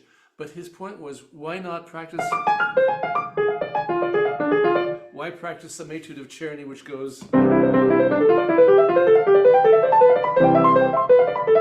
because you're just doing the same thing, and you might as well learn a piece of music while you're learning this physically difficult task. So I was, by the age of 12, I was kind of past all of that. And as I said in an earlier point today, I've always played quite a lot of repertory. I think it's my nature. And so I felt, I think especially when I was a teenager, an early teenager, I felt very much that I really do well, but nothing's ever really finished. Nothing's ever polished. Well, that got fixed when I went to the world famous Julliard School of Music when I was 13 and studied with one of the college level teachers, the very famous Sasha Gorodnitsky, who had a very distinct sense of what was finished and ready to play, and you would not play in his performance classes unless he approved. I mean, that's that. And he wouldn't approve your going to play a little recital in your hometown unless he heard everything and made sure that he felt it was, he told you what the standards were. I remember one of the things he said at one of my first lessons, and he said it well enough, or I was clever enough not to take it badly or be hurt by it. He just very nicely stopped when I was 13 and said, Garrick, that may be good enough for White Plains, New York. You may be the best pianist there. Do you think it's good enough for Carnegie Hall? No. He said, so let me show you what you have to do to get it that way. And so the polishing process became very paramount, and it became very clear because he was a marvelous pianist himself, and he would sit down and illustrate. And of course, by then I was hearing records of everybody and going to concerts of everybody. And I realized, no, I want to sound like Rubinstein. I don't want to sound like, Jeffrey next door who can't quite play Chopin. So it became necessary. And yet, even within that environment, I played a lot more. I was able to play a wider repertory, and I think that has to do with characterological stuff. The kinds of pianists you said who exquisitely polish a small repertory include some of the greatest pianists who's ever lived, and include some who weren't. And the people who play a wide repertory include some of the greatest pianists who've ever lived, and some who just played a lot of stuff and it wasn't very special. So what are we gonna do? And as an artist, now, I mean, I've been going from elementary to the high levels. I was particularly impressed by artists like Richter, who could play on the same recital Beethoven and Schumann and Debussy and Rachmaninoff. And to me, it sounded like he was a specialist at each one, because I felt that the character of the music came through so well. Or, as even Andrew Porter pointed out at an Arau recital where he played two Beethovens in the first half and then played Debussy, he said, you would have thought they moved in a different piano when he began playing Debussy, which is the way it ought to be. You know, pianists of high polish and yet vast repertory and vast abilities to accommodate all this, but they're all different kinds. And, you know, vive la différence is all I can say. You were going to ask a question about that. No, I was gonna. That's wonderful. I wanted to follow up with some, not quite a lightning round, but I've got a few questions here that might inspire slightly shorter answers. But that was such a big question, and it was the most upvoted question. I'm glad that you went into detail on it. Good. Here we go. Which round of the Chopin competition are you generally most looking forward to? The last performance of the last concerto. You want it to be over already? Well, partially. It's a huge task, and we have to do our best. But as was discussed earlier today, by the time you've heard the Andante Spianato and Grand Polonaise 23 times, it's hard to maintain your level of enchantment with the whole process. Being on a jury is darn tough work, but we have to bring our best. What I am looking most forward to is not any. I'm afraid I'm going to not answer the question. Not any round. I'm looking forward to those moments where I feel I'm in the presence of an artist who's doing something that's magical and really good and beautiful and appropriate, as happened quite a few times in 2015 with various people, not all of which were the first two prize winners, although they were fabulous. There were other pianists who sometimes I just felt suddenly moved by, or the time stood still, or I felt something large is happening here. This is not just some kid playing Chopin. We're listening to music itself somehow, whatever that abstract thing is. And for the record, you brought up 2015 because you were on the jury that year. You're not ignoring 2021 simply because you didn't listen through all of those the way you had to in 2015. So not at all. Not at all. No. But perhaps the fact that the Polonaise Fantasy is in the finals this year makes the finals more interesting, and there will only be 10 of those, and they're going to be 10 of the best pianists in the whole thing. So that actually might, not that you're looking forward to that more than others, it sounds like, but the finals might be more interesting. They're definitely going to be more interesting this year. This new edition adds a really intense accent, shall we say, to the finals, because I'll say this in defense of the young pianists, very often the finals don't show them at their best because some of them don't have much experience, or sometimes any, playing with orchestra. And if you've never done it, it's a little bit intimidating and frightening. And you don't know.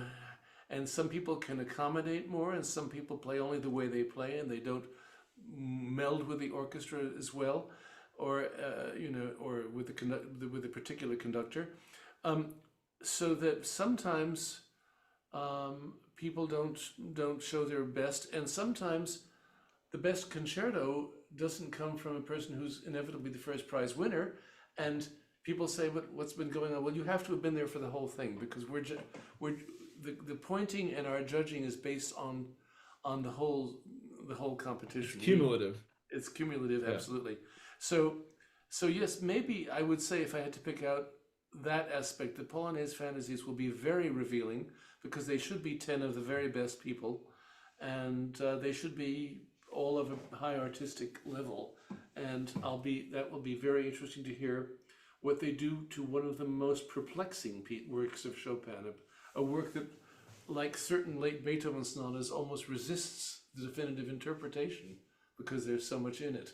And for more on that, check out season 2, episode 4 of the Chopin Podcast. Okay, next question.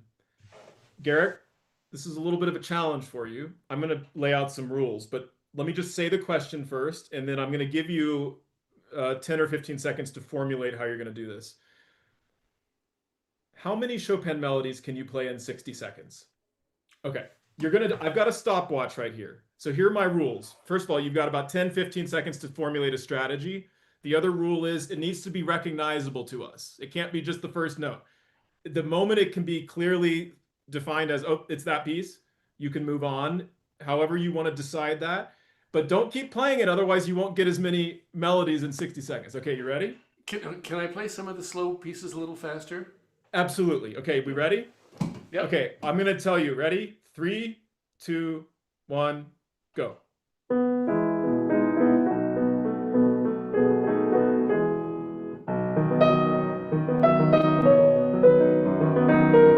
Faster. Yeah, we got it. Go faster.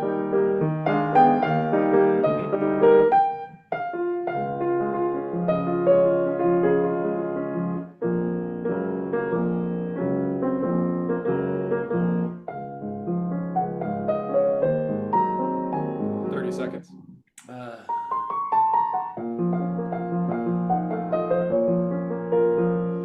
gosh. Oh, that's not famous enough. Doesn't have to be famous. Oh.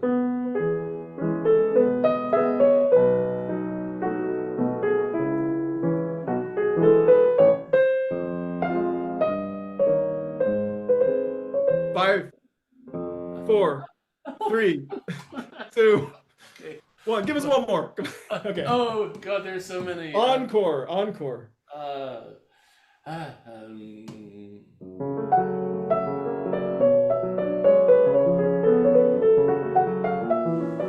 Okay. I hope that was as fun for you as it was for me. It was fun. It was maddening because there are so many. You know, this recapitulates something I say often on the podcast. Chopin is one of the greatest melodists among the classical composers we have. Great melodists are not all the great composers are great melodists. The ones who just spin out melodies like a fruit tree, you know, like an orange tree gives oranges, or an apple tree gives apples. I always think it's sort of this small group of Bach, Handel, Mozart, not Haydn, not Schubert, yes. Schumann, not really. Chopin, emphatically yes. Liszt, not really. Tchaikovsky, yes. Dvorak, yes. Rachmaninoff, partially. Maybe Verdi, maybe Puccini, to a degree. Who just can, where you know, if you did that with Tchaikovsky or with Bach, it would be the 60-second was, I mean, it would be the same. It was like, oh my God, there's one. The people who just, you know, turn out these glorious melodies. And even Haydn himself said that to write a great melody is the highest thing you can do in music. I can't resist. This is a version of what just happened. Okay. I just want to see. It's a little different, and it speaks to the Chopin versus Beethoven thing. So this is not Beethoven melodies, but you have 64 seconds 64 to play the first note or chord of the 32 sonatas. That means 2 seconds per sonata, the very first note of the piece of the first movement. Just one note? Just the very first chord. You're going to get through all 32 sonatas. You have 64 seconds. Ready? Start with Opus 2, number 1. It needs to be in order. 3, 2, 1, go.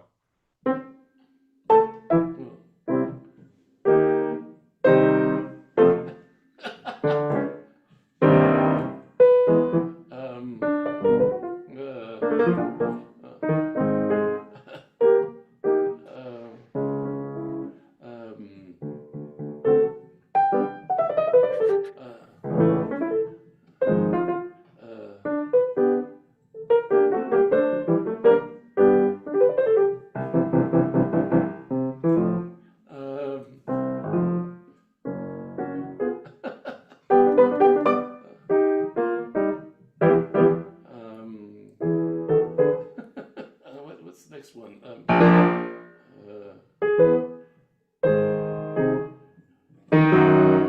I made it, I think. 51 seconds. A world record. A world record. Wow. Who needs the minute waltz? You got all 32 Beethoven sonatas in 51 seconds. Oh, Ladies and gentlemen, did you miss? Someone asked, did you miss the Tempest? No, Yeah, he did it. He got them all. He got them all. Okay, back to the questions. Enough fun. No, you know, I actually helped a little bit. I could have just played one note, you know. Well, I'm glad that you went a little bit into the piece. My favorite was the first one. just middle C. Okay. Cool. Okay, next. So we'll try to keep these. Well, I'm not going to put you on the stopwatch for all of them, but have that mindset of you're kind of on the clock. Okay. So I think you definitely addressed this before on the podcast. So maybe try to pick an answer that's not necessarily one you've gone into as much, but if it is, it's okay. Do you remember a specific work of Chopin that really got you hooked into the realm of classical piano? A memorable piece that really moved you at the beginning of your career as a pianist? Doesn't need to be the first one, and maybe something that is less discussed, but a special moment, probably from your teenage years or even preteens, where you were like, wow, that. That's a really easy one, and I've spoken about it in a lot of interviews and probably on the podcast. The first Chopin ballade played by Rubinstein at the first time recital of his I heard when I was 9. Since you've talked about it before, can you go into, just go back, imagine where you're sitting in the hall. Where were you sitting? What else do you remember? Give us more detail, because I had a great seat. I was in one of the first tier boxes, about 6 up from the stage, so I was looking right at the keyboard, and like kind of down from just down, but not real high, not real far away.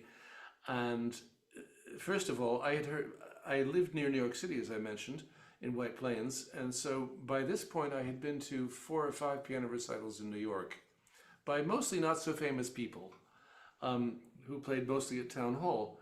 And you know, I was 8 years old, and I thought the whole thing was very nice, but music takes too long when you're 8 years old. It's like, all I want was fast stuff, those slow movements, boy. But anyway, I knew Rubinstein, and I had some of his recordings already, and my teacher got a box at Carnegie Hall and invited a whole, my parents and me and some of his friends. And I had been in Carnegie Hall once before, so I was used to that, but it wasn't full. And here it was, and it was absolutely packed, and there were people on stage, and I knew he was the most famous pianist in the world, practically. And it felt special just because, when the hall is full, there's already a sense of occasion, everybody's really excited. And it was an all Chopin recital, and he began with the Polonaise in F sharp minor, opus 44. I was just in heaven through the whole thing. But I remember I was just delirious. I don't remember every note he played, but or every piece. But I know he ended with the G minor ballade, and I was so excited. I was so high. I was so deliriously. I was probably having a healthy manic high. I was, and the audience was responding, and and he was playing to them, and he was such a communicator. And I was so excited, never heard anything like this. Such a great pianist. and stage seats and everything. And by the time he got to the ballade, I remember I didn't know this piece at all, and I don't remember specifically what happened, but I knew that what I heard.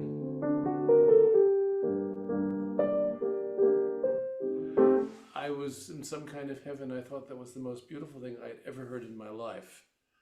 I mean, I remember thinking that to myself. And then when he got to the second theme, I thought, no, that's the most beautiful thing I ever heard in my life. And then, of course, the piece develops both and gets more and more exciting in that coda. Oh my goodness, that coda! I was almost hallucinating by the time that happened. And I didn't know the piece, and I didn't know how hard the coda was. I was just so swept up with the whole thing. I suppose that I said to myself, that's what I want to do. You know, I had never felt that with other pianists. I'd heard a couple fairly well-known ones, but I just said, that's what I want to do. And also, I just anecdotally remembered, our culture is a little bit different. Rubinstein played 8 encores that night, and the audience didn't go anywhere. They weren't in a rush to get to the parking lot to go watch the TV or whatever it was. Maybe it was a different time, but I don't want to be sentimental about it, because I remember also my mother said after 6 encores, "Oh, let the man go. He's exhausted." And I said to her with great cheer, "No, he's not." And in fact, I think I was right.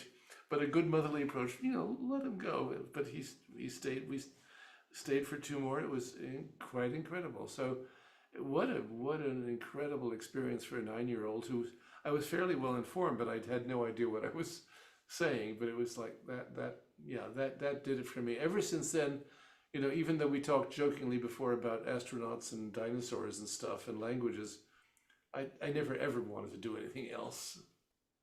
So, president of the Dinosaur Club until you heard Rubinstein. W3SP asks, Garrick, do you have perfect pitch? No.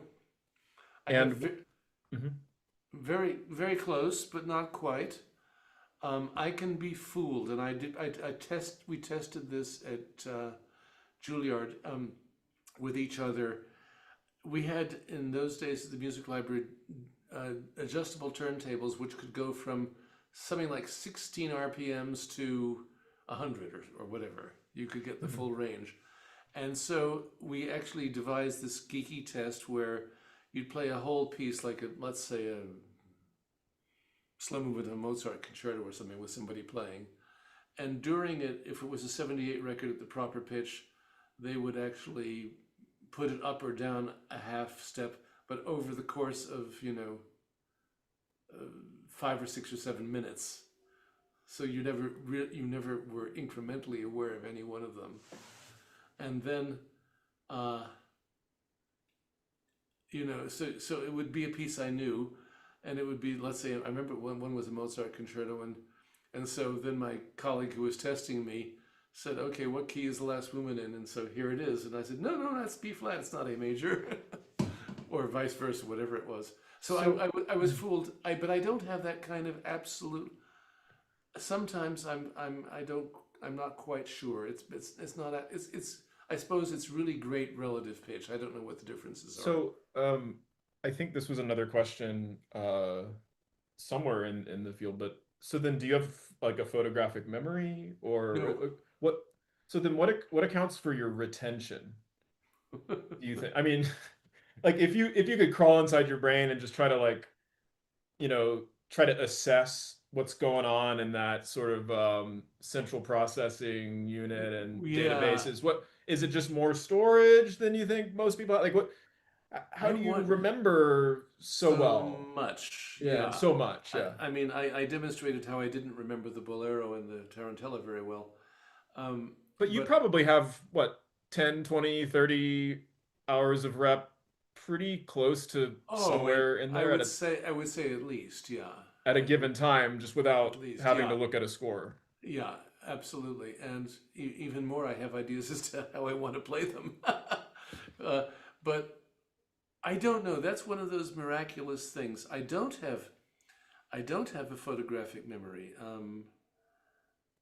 But when I'm fumbling through music, I know where I am immediately, if a student plays a movement of a Beethoven sonata that's 15 pages long, and I want to go to something, I just right there. I don't have to think where is that thing. So I have some idea about the location in proportion to the whole piece. This is the time just to pull out the famous old Rosina Levine story about, she said there are basically four memories. One is photographic, which most musicians don't have or don't have much of. One is oral, how it sounds. The other one is technical, how it feels. And the last one is analytical. This time I go, the piece is in A flat. Well, second movement of Opus 31, number 3. This time it goes to the dominant, to the E flat. At the end it goes to A flat. And you can analyze it down to little things. And she used to say that every musician has a different talent at all four of those. And what you need to do is work at all four, especially if you're having trouble memorizing a certain passage or a certain piece. In other words, try to envision it as best you can. Practice that. Look at it and close it and sort of see, and where roughly are we? And same with, can I hear it? Can I really hear it? Can I actually? Ya da da. Can I actually dee da da? Do I actually hear the pitches? And even ah ah ah ah. You see, I can't even do it to myself. Ah is F. Can I?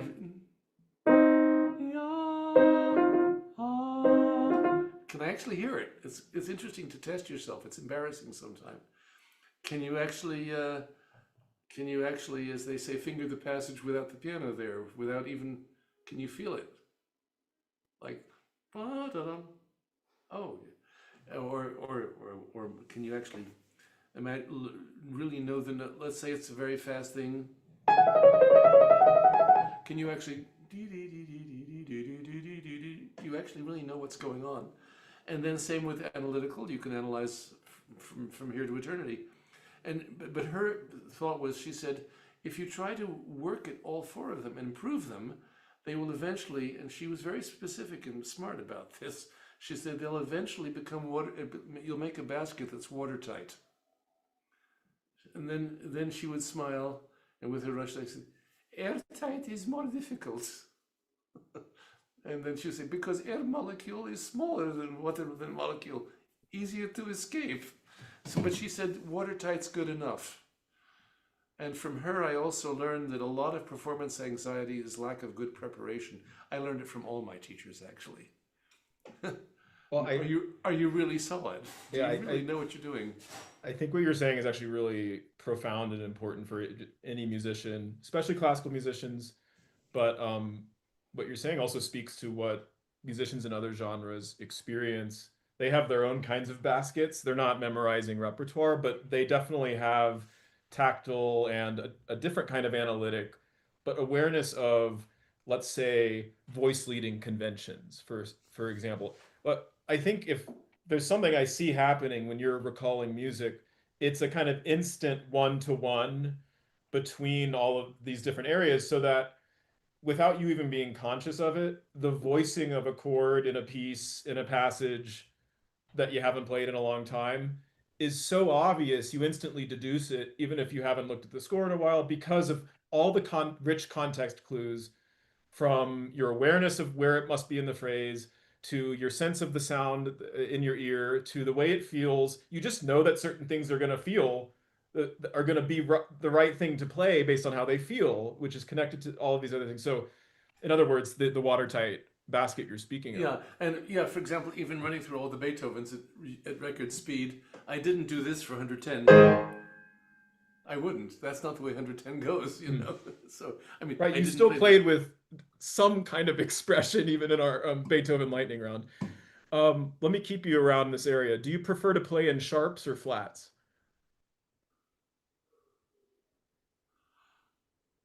Oh, I don't know. We stumped him. Flats, I think. I don't know why. They seem friendlier. They're round. They're roundish, whereas sharps are four sharp things. Well, flats are like cushions. Yeah. It's like sitting on a couch. And yet, I like Chopin and like Ben Laude, I prefer chords that are easier to play where you can, if you have an octave, you can extend your fingers in. Like B major is much nicer to play than C major because you have to you need to tighten up to do that. Or Yeah, I think yeah. I'm not sure if I have anything to do with that, but yeah, for sure Chopin. No, I Well, love D. you're the one who said that D flat's the best chord on the Well, piano. I've been on my D flat horse for a while now. I just, but everyone loves playing a D flat chord. There's a reason why we choose the Tchaikovsky concerto chords to warm up with. It's like the universal, let me just sink into the keys. It feels good. It's just the right proportion between black and white, the shorter fingers on the white, the longer fingers on the black. We all know what Exactly, it feels like. and it's not hard to play the right notes, so you Mm-mm. don't have to And struggle. you You can can have you can get into it. you can also have like longer plank fingers to play it. You don't like it helps you feel the leverage of the length of the finger without feeling like you have to curve, your finger. Yeah. Anyway. That's an interesting question, though. It ties back to this whole idea of connecting analysis with the tactile memory with the aural, because just asking if you prefer flats or sharps is a nonsensical question unless you're musically literate, Right. because the same exact piece can feel the same way depending on how you notate it. It could be an F sharp major or G flat major. I always like to think, maybe even have these in your back pocket, but the Schubert G flat impromptu and the Schumann romance in F sharp major both begin in the exact Oh, kind of right. same Yeah. position. Yeah, but so that if you just played them for an innocent bystander, they'd say, well, you're playing the same chord, you're playing but to the literate musician who's learned the pieces, experientially they are different, Yes. which is so strange. Isn't that? Yes, I never. True. True. True. True. Just saying true things over here. Okay, more questions. Whew. What are your biggest pet peeves as a teacher and or as a jury member? I mean, you can plead the fifth on the second one, but I'll plead the fifth on the yeah. second one. Pet peeves. Okay, and I'm gonna say things I hear. There are quite a few of them. Okay, well, Uh, just give us either a quicker list or choose one or two to go into more detail on. Number one, using the pedal as a rhythm section. In other words, stomping on it and making a noise, or letting it go really fast, which is horrible, but also not being able to play legato with pedal and not with the hands. What you hear is the instant pedal change when you're trying to meld chords and trying to create the illusion of connection. You hear that a lot, and it's worse on stage in the recording studio than in your practice room. Many pianists, even at good schools, are not even conscious of this. There was even one pianist at the Chopin Competition in 2015 who liked the pedals, and so tap, tap, tap, tap, and you could just see the foot way off the pedal. You never actually have to take your foot off the pedal. It's a bit like an accelerator pedal in the car. If you take your foot too far off and then jam it down, the car's going to go. So that's number one. Number two, staccatos at the ends of phrases when there's no staccato written. Staccato accents. If it's a two-note phrase, or the idea that you have to take your hand off the piano to stop the sound. I mean, watch, I'm not going to do it. I'm right there. I'm still in contact with the key, but it stopped. I don't have to show everybody that there's a staccato. So that's a pet peeve because that leads to lamentable musical results. Also, dropping the last note of a slur so much because it's musical to end a phrase without an accent. Let me just find a short one that would be good. I suddenly now can't find a short phrase that. For example, I'll find one in a second. But the thing is, when there are slurs, they're not always an end of a phrase. If the slur is, even in Mozart, if in this theme, it's not.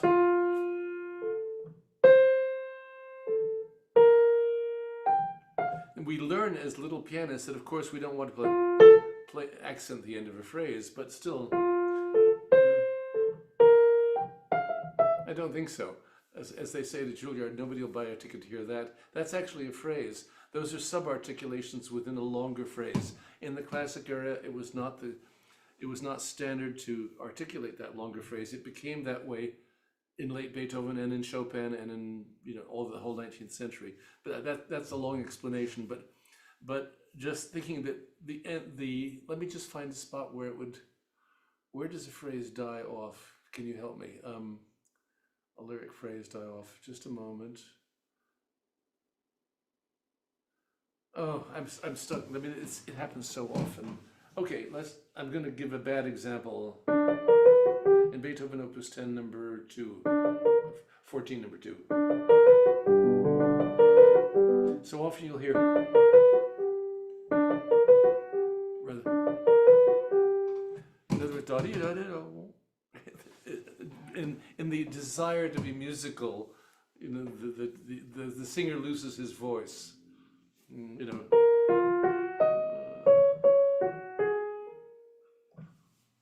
Okay, that's another peeve. Another peeve is, there are quite a few, but those are a couple of the main ones. We'll go on. Good. Okay, let's get another question here. And also just want to check in on you that you're doing okay. You're willing to keep going. Are you having fun? I'm doing fine. Okay, great. Big peeve is harsh notes, not because we don't want hardness or brilliance or force, but notes that are harsh out of context. There are two ways of doing that. That's what within a line. If I play any of them twice as loud, it's going to sound harsh, even though it won't be very loud. That just sticks out, and so the harshness is not an intrinsic quality. It has to do with lack of proportion and lack of context. And if you play a note, ooh, that's pretty harsh, but if you have another one down here which will cushion it, it sounds balanced. So unbalanced chords are another peeve of mine, where you don't hear the balance of left and right hand properly, or you don't hear the center enough. If you need four notes, if the middle starts to be less supported, then it begins to sound somehow unpleasantly shrill, and I tend not to like that, unless that's what the artist wants. Of course. Here's a fun one.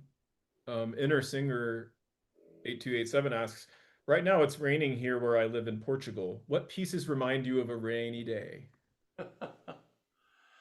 Lots. Don't say the raindrop. No, I won't. I think that's too obvious. Rainy day pieces are pieces that have a kind of gentle dreariness to them. 10 number 6 Chopin.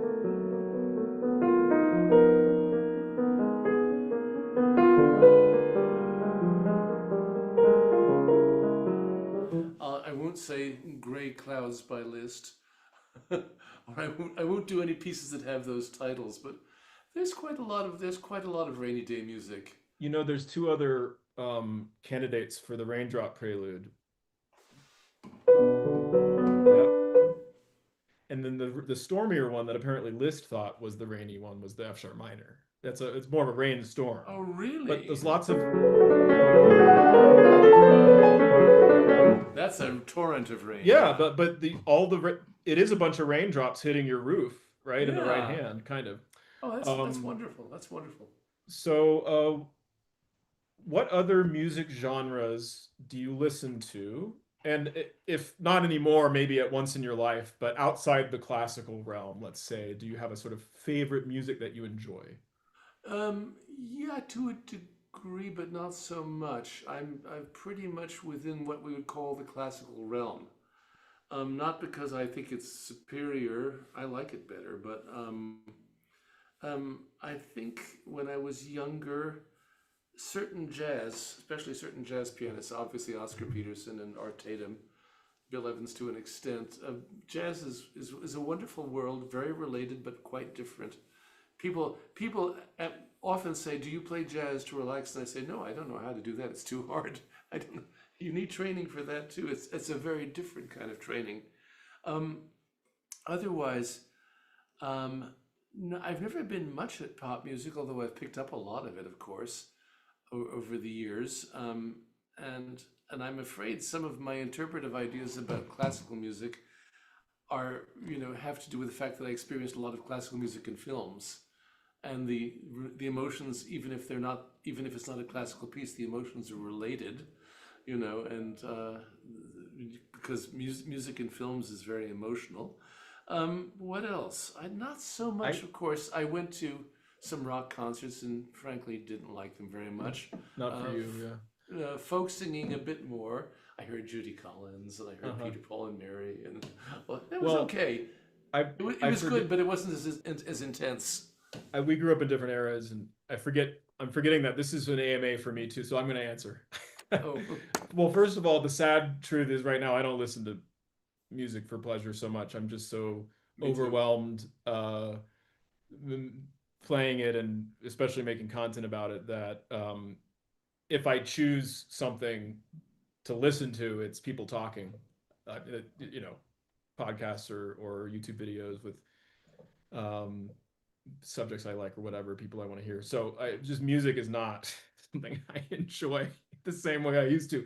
Back when I did, at the very same time I was falling in love with classical music, I had, gosh, I mean, I'm such a suburban middle class white boy growing up in the 90s. I was exposed to all kinds of commercial music that, had really nothing to do with me, but was sold to me and I identified with. So all kinds of hip hop.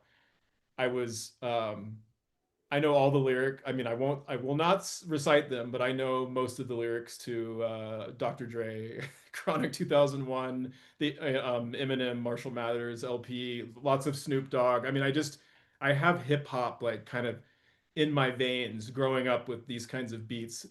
Garrick, I just can't imagine you at all in this world, but that's part of my world, and I think it's part of the reason I got into Glenn Gould is because he had that beat drop. There was this kind of house music sort of style that he played with. But I remember being a pretentious high schooler and thinking, gosh, all the different styles of music that are the best are all the classics. Classical music, classic rock, because I was into classic rock. I got into the Beatles and the Rolling Stones and Who and whatever. I was like the stuff my dad listened to is actually great. I had that moment. But also I just like loved 90s pop music and listened to a ton of it. And now I get very sentimental when I hear it. So, but it's so whenever people are like, oh gosh, you people don't love music anymore or classical music because their brains are filled with trash, whatever pop music. I'm like, that wasn't my experience. I definitely had both at the same time, and they were not in conflict. Oh yeah, yeah. So anyway, but so that's my answer to the question. Yeah, my belief is that it's not an either or. You can do both. It's not that one is more superior or you're a better person.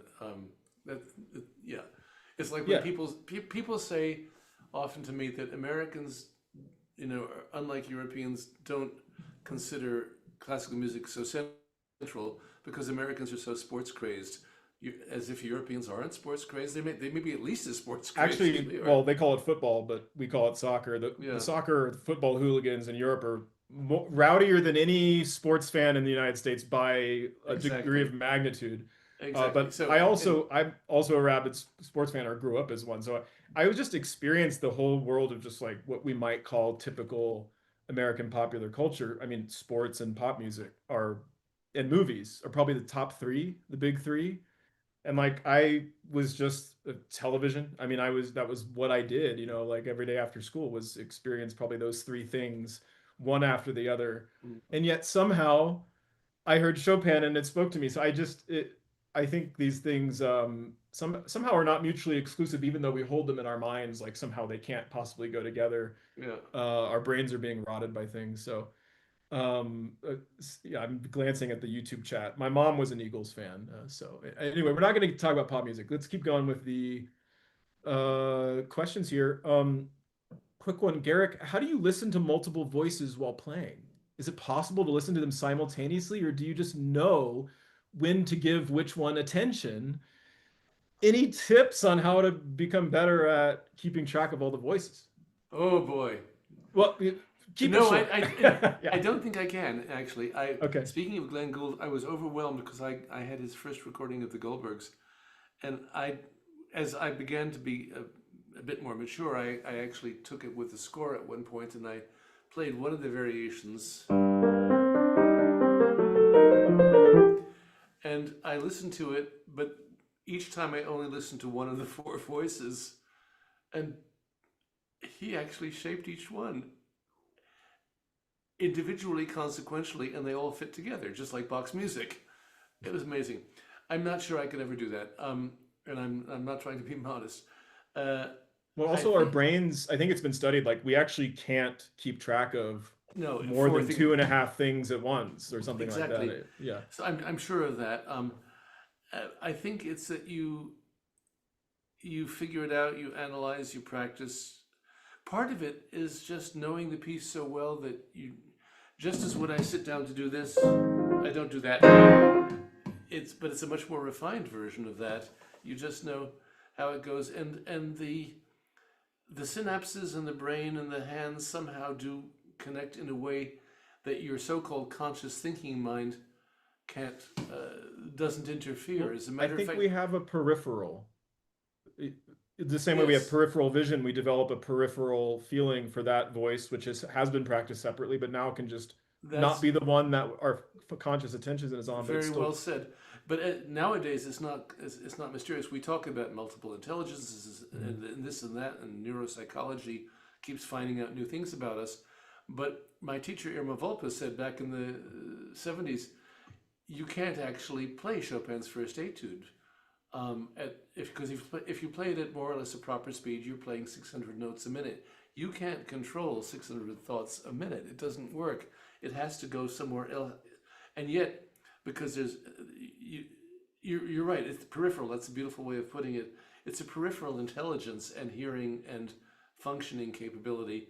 And you can also hear in some students who are too hyper conscious of doing everything that sometimes they never, you know, just play, because um, of course no classical great pianist really just plays, but just listen to Mariah play a French suite, charming gavotte, and it's like it sounds like he's just playing. It doesn't. With Glenn Gould, it would sound more like he's doing something, but with Murray, I'm just Yeah. picking one artist out of a haystack, a great one. It's just you'll just be delighted, and you won't think, oh well, he's analyzed this and he's brought out this voice and he's making this point. It just sounds like, oh wow, that's just so delightful, so beautiful. I'm so happy just Yeah. that it exists. And every artist is different that way, but that ability to just let the music speak through you is something that not everybody has. Yeah, and just to help answer the question where they said what tips to become better at keeping track of the voices. First of all, the automatic answer should be play more Bach, but you Yes, can't yes, stop there. It's what you do when you play Bach. I advise my students don't just play hands separately, play voices separately. And yes. when you get to the three-part inventions, that means voices separately will travel between the hands. And that's one of the best lessons is those inner voices in the three-part inventions, but also voices in the same hand at the same time. It's the reason why the old, piano teacher knowledge, wisdom, which is very true, says that one of the biggest leaps you make as a piano student is from the two-part to the three-part inventions. Adding the third voice, if you think about it, it goes past that threshold of how many things we can keep track of at once, from two to three. And now that means there's always going to be one that you're not fully aware of. And so if you can combine every combination of two in a three-part invention and work on those, but that's when you have to start building that peripheral awareness, which I should add is one of the most pleasurable things we do as pianists once you start getting it and listeners is to start actually having things happen that you're not fully conscious of, but that are harmonious and working beautiful in the texture that's unfolding underneath your fingertips. And the coolest thing about Bach, and for anyone who's not a big Bach listener, I mean, this is one way of just help you get into the music and maybe even want to learn more of it. It's the best music for choosing how you want to listen. You can actually listen to the same exact recording of a piece. Forget different recordings, the same recording of the same piece. You could listen in three, four, or five different ways, depending on whether your attention is drawn to this voice or that one. And one of the pleasures of listening to Gould is deciding I'm going to just listen to this bass line, this entire variation of the Goldbergs, or for this whole movement of a partita or whatever. And your actual experience of that recording is now different. So in a way, it's like you never step into the same river twice. If you choose not to, you can make it a different recording. You can make it a different aural experience. And what's very fun with Gould or really great polyphonists or with contrapuntal Bach players, it's not their louder, more pronounced voices. It's the ones that are kind of perfectly detailed, but like softer or in the middle ground, background, periphery that are still have character and are exquisitely voiced. And that's when this could be really an exercise too for pianists is making the less important voices really special. That's like when you listen to great Bach and you're wondering why you love it so much, often that's the reason is how much care is being taken to the sort of details that are not in the forefront. I loved how you pointed out that you could listen to the same recording 4 or 5 times different ways. It shows you how much responsibility rests with the listener in music.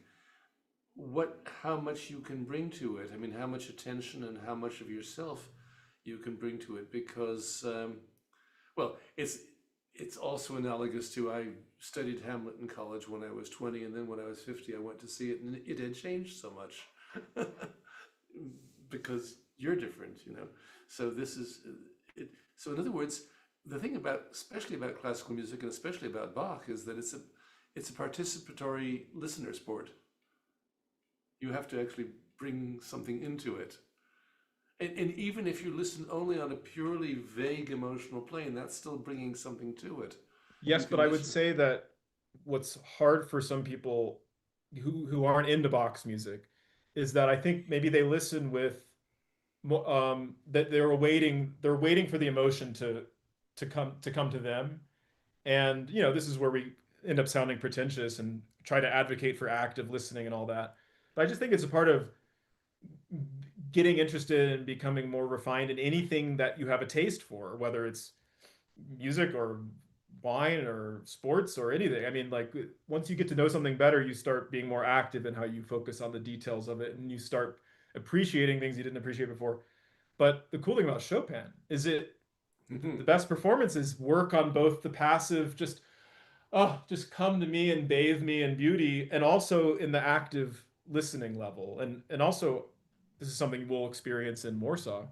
Some pianists are going to play in ways that are more for the passive listener, no judgment, and sometimes more for the active listener. Again, no judgment, even though I have my own whatever fetish for people who are really being detailed and showing me things just because I'm so used to the music, but no judgment, because if somebody plays in a way that just allows the music to speak beautifully, obviously that's that's more than valid and more than legitimate. Beautiful. Well, let's move on to the next question. I've allowed myself to ramble a bit. This one's for me, so I'll talk a little bit more. For Ben, do you have a special routine for covering the everlasting marathon that is a Chopin competition? How do you manage to keep the energy going? Well, I won't show you what I drank right before this to make sure my energy was high, but it's over the counter. Let's just say that. No, I besides coffee, and just fanatical obsessiveness when it comes to producing projects that I believe in, I don't have any secrets because it hurts. I need to figure out a better way to balance my work and my life. But I've only covered one Chopin competition before, and that was in Miami. And a lot of that was practical and I was also producing it, and so it, I was so busy that I had no choice. I think the hardest days for me are ones where I actually might have some free time because I can allow that little bit of downtime to then, suddenly I've just spent the rest of the day blobbing, as my wife and I like to say. So I for me it's kind of all or nothing. And so the Miami competition was great because I was on the entire time. I had to be, and I had no choice. And so it was getting up, and I had just a regiment to produce it. I don't know what it'll be like in Warsaw. I don't know how my energy will allow me to cover it because I'll be working for the competition as a host, and but not completely on my terms like it was in Miami. It'll be on their terms. They sort of choose the topics, they decide the schedule, they decide when I come and whatever. So I'm fitting into a kind of a program that's already been directed and is being produced, without my help in the same way. So actually, I will be doing supplemental coverage on this channel here. I hope to do more live streams like this as well, where I'm just kind of adding to, to the mix and trying to add my commentary a bit too. A little bit what I like what I did at Clyburn, although not as much. I won't have as much time to cover every note of every single performance, but I hope to have guests. I wouldn't be allowed to have Garrick probably come and start talking about it, but maybe I'll bring Jed. I could bring Rachel Kudo if she's interested, or just anybody I find. I might even try to reproduce the kind of late show pen, and maybe after each of the rounds, reflect on who advanced, and kind of just have engage with you all who are following it. And the way I keep the energy going for that is it's just extremely fun. What a fun idea to get to have the chance to do that. And so I will be sleeping for all of 2026 though. Okay, looking at the next another question here. I will just say it's 7 p.m. Eastern. We did technically say we would go this far. Let me just check in with Garrick. Garrick, are you willing to go a little longer? I'm happy to go a little Okay. longer. I would like to begin. I was actually thinking the same thing. I'd like to begin to wrap up because Yes, life has, as much fun as this is, life has other things to do. absolutely. And I'm speaking of exhausted and energy levels, I'm pretty exhausted. So let me So just yeah, if we can sort of wrap up by the half-hour point, that would be great. absolutely. So we'll say about 20-25 minutes max. Yeah. And I'm just looking at a lot of great questions. I'll give you an easy one. Well, I don't know if it's easy. G Tickler says favorite mazurka and why. I'm assuming they mean Chopin. Yeah. Well, yes. Well, it will And be you in have this to choose case. one, and I don't care if it was different last week. Right now, what is your favorite? And just play the beginning for us.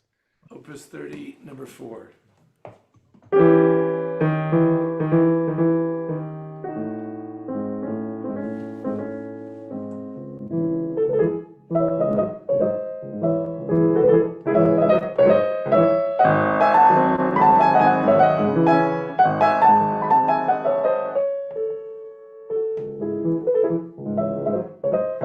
That's my favorite at the moment.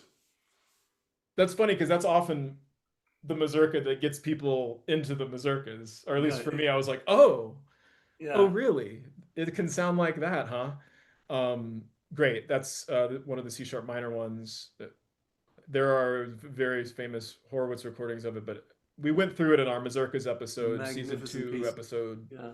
And 2 or also, I 3. cannot But resist. I told you the famous Brahms comment that actually, I cut that from the main episode, so why don't oh, you well, I'll remind say it us? anyway. Yeah. Dr. Brahms was, he got up every morning and he did counterpoint exercises. He was probably the smartest musician of of that century, and knew more. But he was always learning more.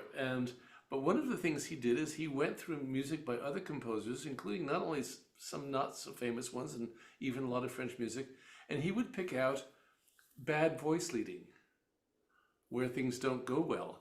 Criticize, and he even found something in Bach and Mozart to comment on, and certainly quite a bit in Beethoven. And in Beethoven, at one point, he said, "Not ideal, but no other solution," and so on. And when he just talks about parallel fifths, octaves, and other things. And when he gets to these 4 bars in that mazurka,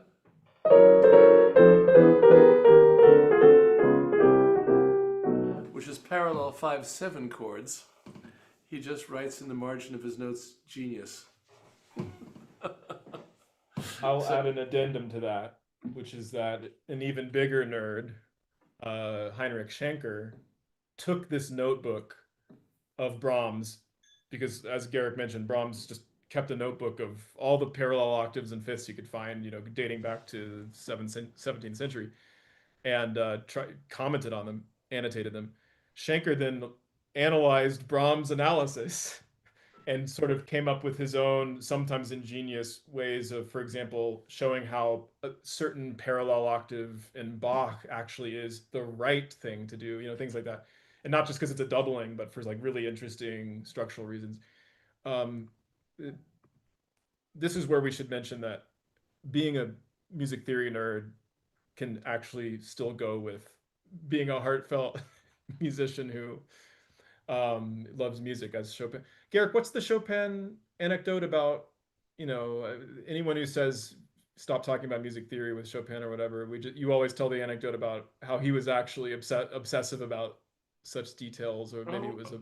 Well, I don't know which story. I mean, there are probably several, and he was certainly obsessive enough about the finesse of what he was doing. But I forget whether it was Georges Sand or which of his friends said that, Chopin was taking somebody to task and explaining him to this person how fugues worked and how, this is the ultimate expression of something in music, and the comment was, it was amazing to hear a little Friczek, that's his nickname in Polish, sounding like a Kapellmeister. Is that the one you were thinking of? Yep, that's it. Yeah. In other words, he sounded like a music teacher. Yeah. It's like instead of a poet.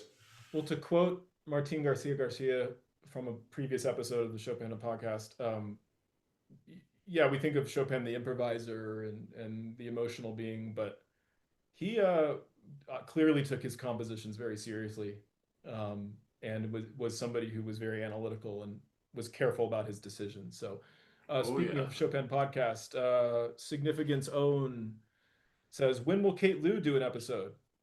Coming out soon. It is part of this episode, this current episode, the very final episode. We're calling it a variety show. Garrick broke down the rondos.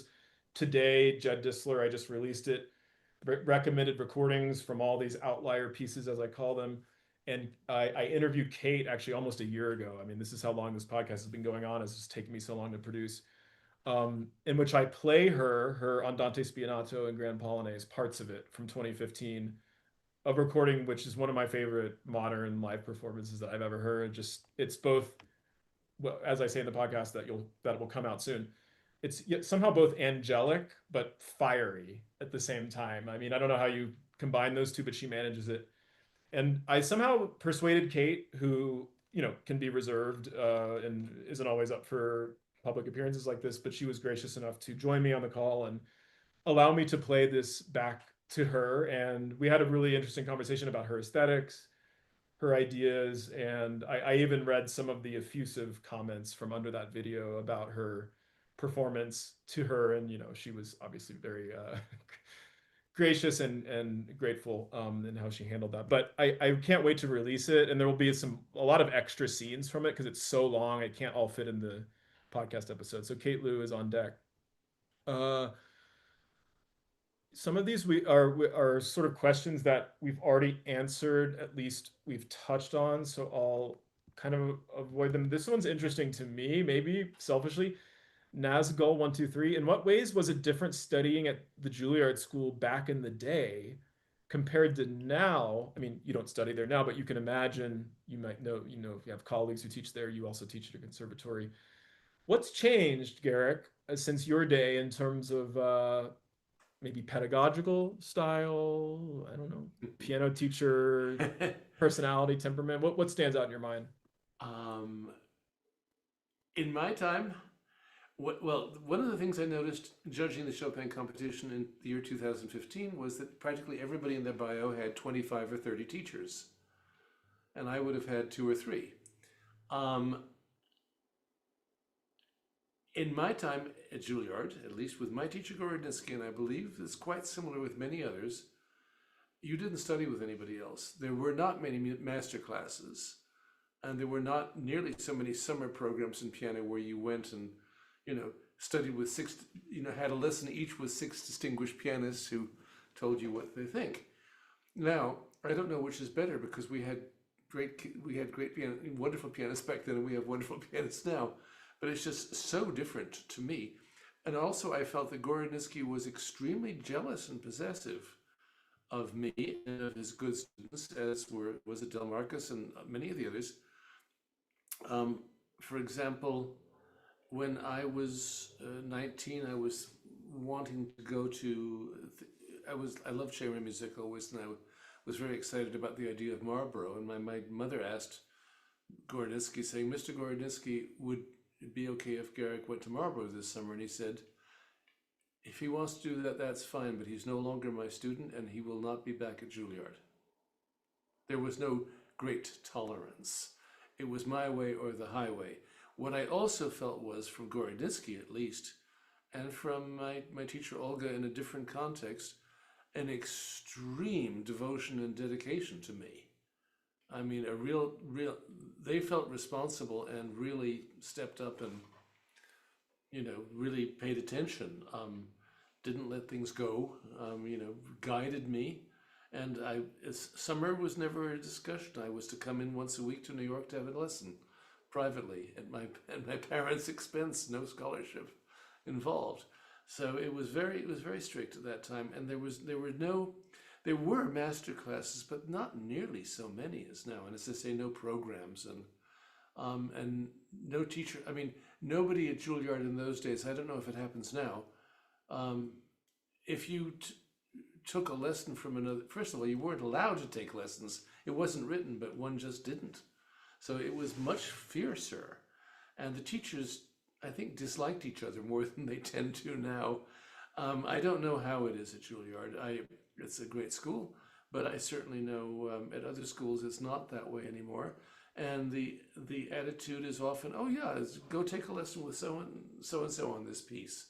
I can Um, I can jump in there to complement the answer because I was at Juilliard 2008 to 2015, and I can tell you a bit of history because it was exactly my year, and I was one of the first. I'm not bragging; it just I happened to be there at the right time. If you think this is a benefit, um, there was one student that I was told at the time ever before me, who was who had come in 2007.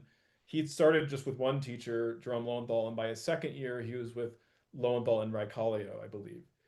And so, that was the first time in Juilliard history I was told a pianist had two teachers at the same time. Sometimes other instruments, you go see your excerpts teacher if you're a violist or whatever, and it's different than the person you're studying Bartok concerto with. Maybe sometimes if you're a singer, they're gonna have vocal coaches. That's a little bit different.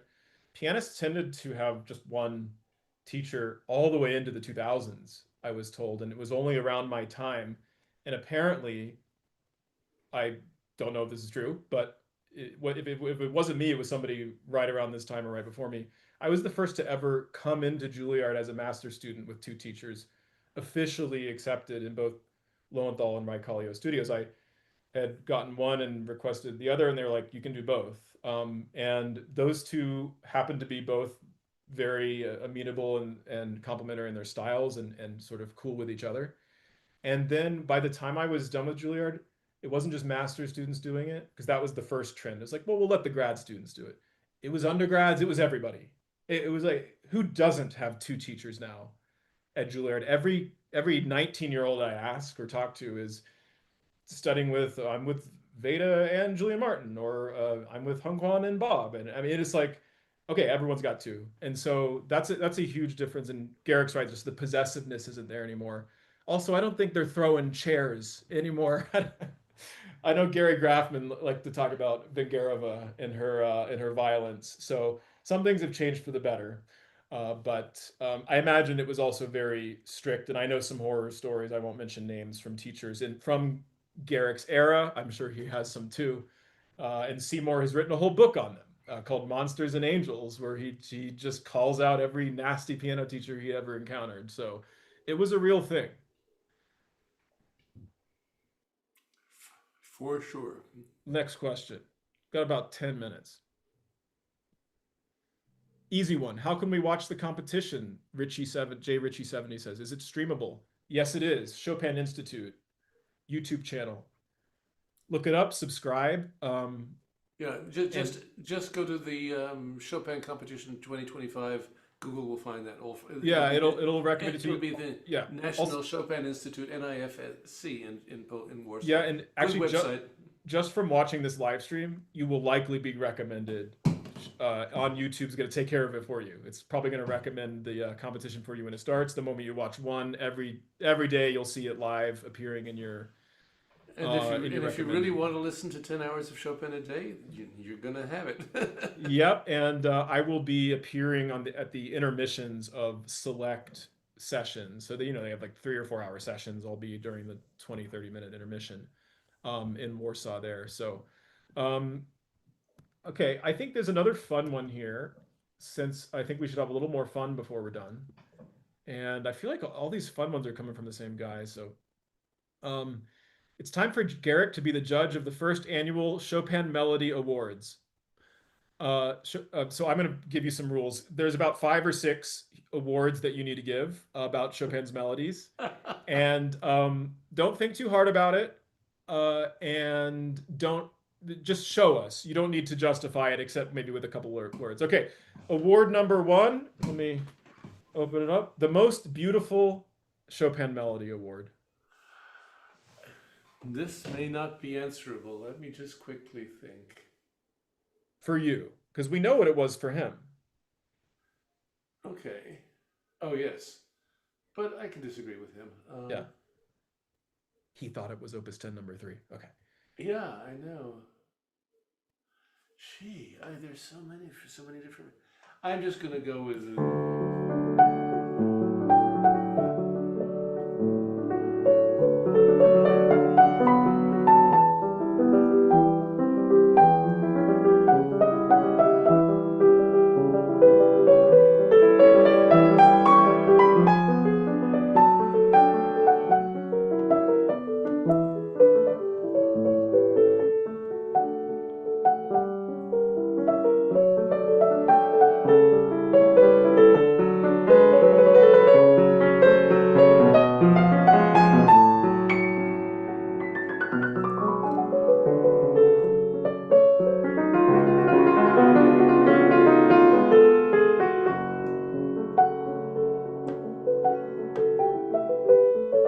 That's the heart of it. Of course, it goes on for 47 bars.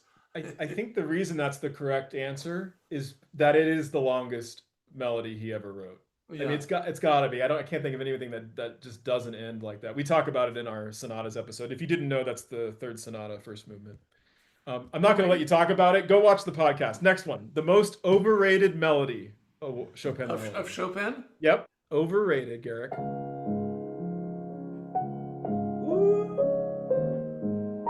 Although I like it. Shots fired. Shots fired. It's not bad. Mm-hmm. Well, I'll tell you why I think it's overrated.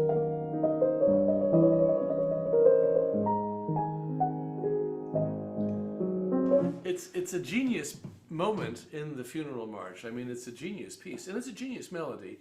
I think it's overrated because too many people just start, especially in earlier years, start sentimentally to weep when you play that. Mm. And that melody has never made me cry. I think it's very beautiful, but it's just like, especially, because it's association with death in the Funeral March. Well, I need to direct our listeners, our viewers right now to Chopin Podcast Season 2, Episode 5, Sonatas, Jeffrey Kahlberg's segment, because he shows how this melody might have been, it originated with Chopin sitting down with a couple of his buddies, possibly reading the Weber Clarinet Quintet, because this theme is almost verbatim taken from that, and then Chopin develops it. And so what's interesting about you saying it's overrated is even though Chopin obviously develops and makes it his own thing, it might not have even been completely an original Chopin melody. So there you go. Also the correct answer. Very good, Garrick. And I did not know that. Okay. Number I'll 3. I'll Well, watch the podcast. Jeff, yeah, you have to. Jeff has been kind of the first one to start digging this up and talking about it. Okay. The most underrated melody award. A beautiful one that people might not know.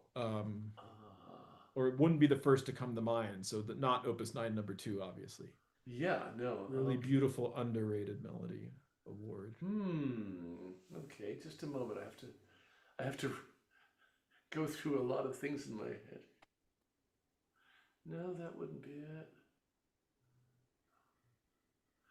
Well, it's not underrated at all, but perhaps underknown is the beautiful melody from the third movement of the cello sonata.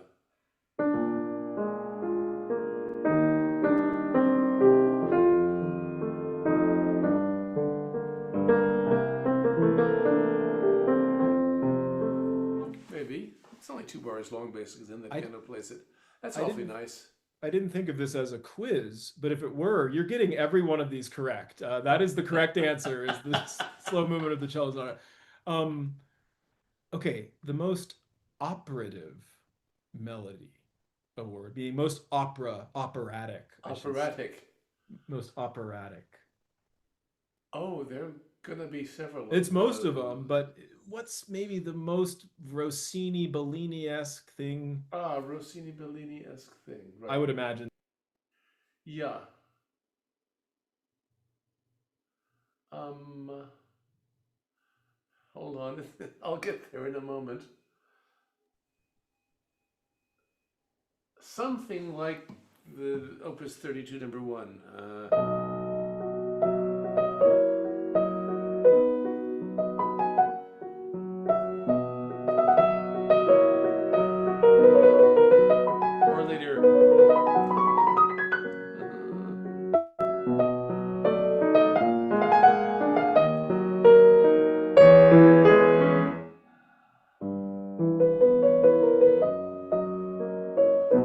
That's one guess. I'd like to find something that's more typical. Well, I also like that for this because of the way that piece ends.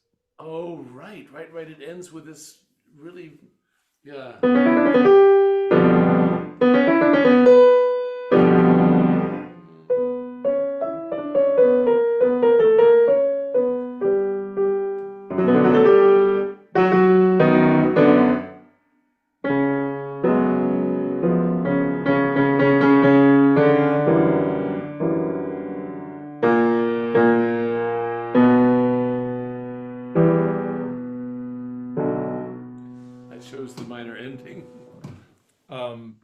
Good, because that's the one I think that you wanted. Okay, the 5th and final award. This might be easy, it might be hard. The most Chopinesque melody award. Well, I'm going to be naughty and do something I mentioned, which is not even a melody, it's just a 4-bar phrase. Okay. From my favorite piece and yours. Let's do it. Barcarolle, Dolce Sfogato. What sounds more like Chopin than this?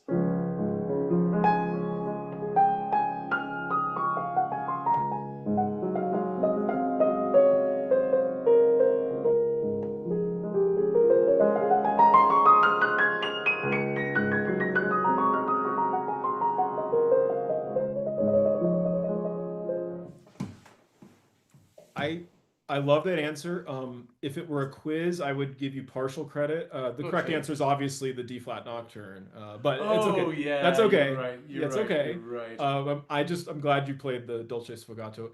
We're gonna end with one final question, Garrick. Well, but it just really is fun because I mean, you know how we send these time capsules, these capsules into space in case other civilizations ever want to identify us, you know, or talk to us. Mm-hmm. So. If somebody in Poland wants to send up the Chopin, you know, but they want them to, the Dolce Sfogato would be the perfect for, you know, short phrase. This is who Chopin was. Yes. Okay. We're going to end with one for you and one for me. So okay, I'll start with yours. Tell us about your piano. My piano. This piano is a 1919 Bösendorfer 200 centimeter, 6'7". I bought it in 1969 at fire sale price from people who wanted to sell it. They were moving. And it's rumored, because the folks selling it were an old Viennese couple, great music lovers. It's rumored that both Ravel and Bartók played on this piano in the factory. Even if it's not true, in 1919 it could have happened, because when pianists go to Vienna, they often visit the Bösendorfer factory. And I had a new soundboard put in right after I bought it. And it's had a lot of work and a lot of strings and a lot of hammers and a lot of stuff. And any good piano that you want to have in your home and take good care of, you need to fuss a great deal about it. I am happily a Steinway artist, and that's, Steinway is the great piano that's got the world monopoly. And I would say there are, just like there are Guarneris and Strads and Guadagninis and various great violins, there are various great pianos. And Steinway has sort of achieved a world monopoly, not quite so exclusively as it used to be. But the Steinway piano was the first back in the 19th century that overcame the inherent worst things about pianos, or all instruments, which is they would sound either soft and sweet or loud and, let's say, ugly or brassy. And that's universal to all instruments. How do you manage to combine, power and quality of sound? And the Steinway answer, which now all piano manufacturers used, was to overstring the piano. In other words, so you could have longer. You have something. Oh, internet connection. We're all right. You could have great long strings and put enough tension on the plate and the strings so that they vibrated. You can always have a long string, but if it doesn't have enough tension, it's just goes. We want it, these things are vibrating at a very, A440, that's 440 vibrations a second, right? It's a lot of tension in the string. So the problem is, as pianos wanted to be bigger sounding, it was no problem to make them loud and ugly, but how did you have tone color? And Steinway kind of won that battle. Also, the Steinway D, I'm not doing commercials here, but the Steinway D was designed pretty much by 1876, more or less, or just after. So by the end of Brahms's and Liszt's life, they knew concert grands that are very much like within a percentage of what we're playing today. There has been no really major advance since then. Isn't it interesting? Whereas Chopin never played a piano that sounded anything like this, or a modern Steinway concert grand. Just on that note, the sort of monopoly has definitely been challenged, and the Chopin competition is proof of it. Absolutely. The instruments that you can choose this year, well, I think they're the same as last year plus a new one. And so those are the Steinway. I'm not sure if there'll be two Steinways again that you can choose from. There were last time in 2021, but there's the Yamaha. I think there's a new CFX probably that they'll have, and the Shigeru Kawai, Japanese instrument, sort of competitor of Steinway, which has a really rich tone. Alexander Gagiev, one of the second prize winners, chose it. The Fazioli, which is this really prestige, almost luxury instrument that a lot of the recent winners in the last three competitions and medalists have chosen. Very known for its differentiation of register. I mean, you can't play in the bass without it being crystal clear, which can be a huge asset, but you have to learn how to control it. And what am I missing? The new one is the Bösendorfer. And so you'll actually, I'm sorry, the Bechstein. So there's now a Bechstein that you have a choice, not Bösendorfer. You're playing a Bösendorfer, but no Bösendorfer there. Yeah. No, exactly. But the Bechstein will be the new option, and I don't know as much about the new Bechstein. I haven't heard these new Bechsteins, and I'm looking forward to that. But as we've always discussed at competitions, and we discussed even in 2015, why is it that let's say in the preliminaries in the morning, four people can play the same Steinway or the same Yamaha, and it sounds like they're four different pianists. Yeah. At What the end of the what day, it's what's going on the about instrument that? doesn't I mean, is not the point. if it's a good instrument, that's not the point. Yeah, If but but if you it does know color it. It if does you color it. know how to use the instrument you've chosen, it Hmm. can make a difference. So it's and you'll be one of the ones who makes it sound different, and vice versa. If you choose an instrument, when I first time I played a Fazioli, I wasn't ready for it. Julliard had one in its basement hall called Morse Hall, where I the first time I ever played the Goldberg variations, and it surprised me. And in some ways, it was great for what I was playing. I was just not ready for it. It was I liken it to driving a Ferrari stick shift when you're not used to manual transmission. So, but those people I know who prefer Faziolis and have learned how to play them make extraordinary sounds. I'm thinking of Martin Garcia Garcia. Boris Giltberg is a very famous Fazioli player. There's many at this point, but yeah, it's interesting now that there is no longer a full monopoly in that. Really fine pianos are being made, and pianists are learning how to play those particular pianos. So, well, let me just finish by answering one question that's relevant to kind of what Garrick and I have been up to for the past year in our collaboration. Someone asks, what gave you the inspiration for the Chopin podcast? I'll try to be real quick so Garrick and I can both rest after this. But long story short, I left my former job at Tone Base, where I was the head of piano, because I wanted to pursue similar projects, but sort of on my own, grow my own YouTube channel. And I was looking for collaborations with arts organizations and music uh, festivals and competitions out there. And so in my pursuit of that, I think I got cold emailed by Barbara Muse, the executive director of the Chopin Foundation of the United States, and she said, "Hey, I saw one of your tone based videos. Can you be do you want to be the host of the live streams in Miami?"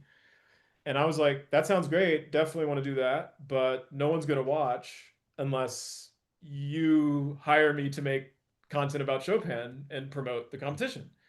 And I took that original idea, which I thought was a good idea, and I think it proved to be a great idea, one of my few great ideas. And I turned it into something much bigger than I thought it would be. First, I thought it would be, a relatively short podcast series that would end and conclude before Miami. I'd have Garrick on for about 30 minutes per genre. Can you believe that, Garrick? Just 30 minutes. And then the other 30 would be a little bit of recording recommendations, maybe a guest. Squeeze it all in, 1 hour per episode, 12 episodes, done by Christmas. Well, it's now almost October of the following year, and I'm still releasing the final episode. It expanded to 16 episodes. I got way more guests involved, partly because I kept inviting, I just invited as many pianists as I could. I sort of cast a wide net, and they all were into the idea. They all said yes. So episodes ended up having two, three, sometimes four guests besides Garrick. So it just ballooned to nearly triple the size of the original podcast. And so the inspiration was partly employment. I was gainfully unemployed, as I like to say, and I was hustling and finding ways to do things that I would want to do anyway, but also make a living doing it.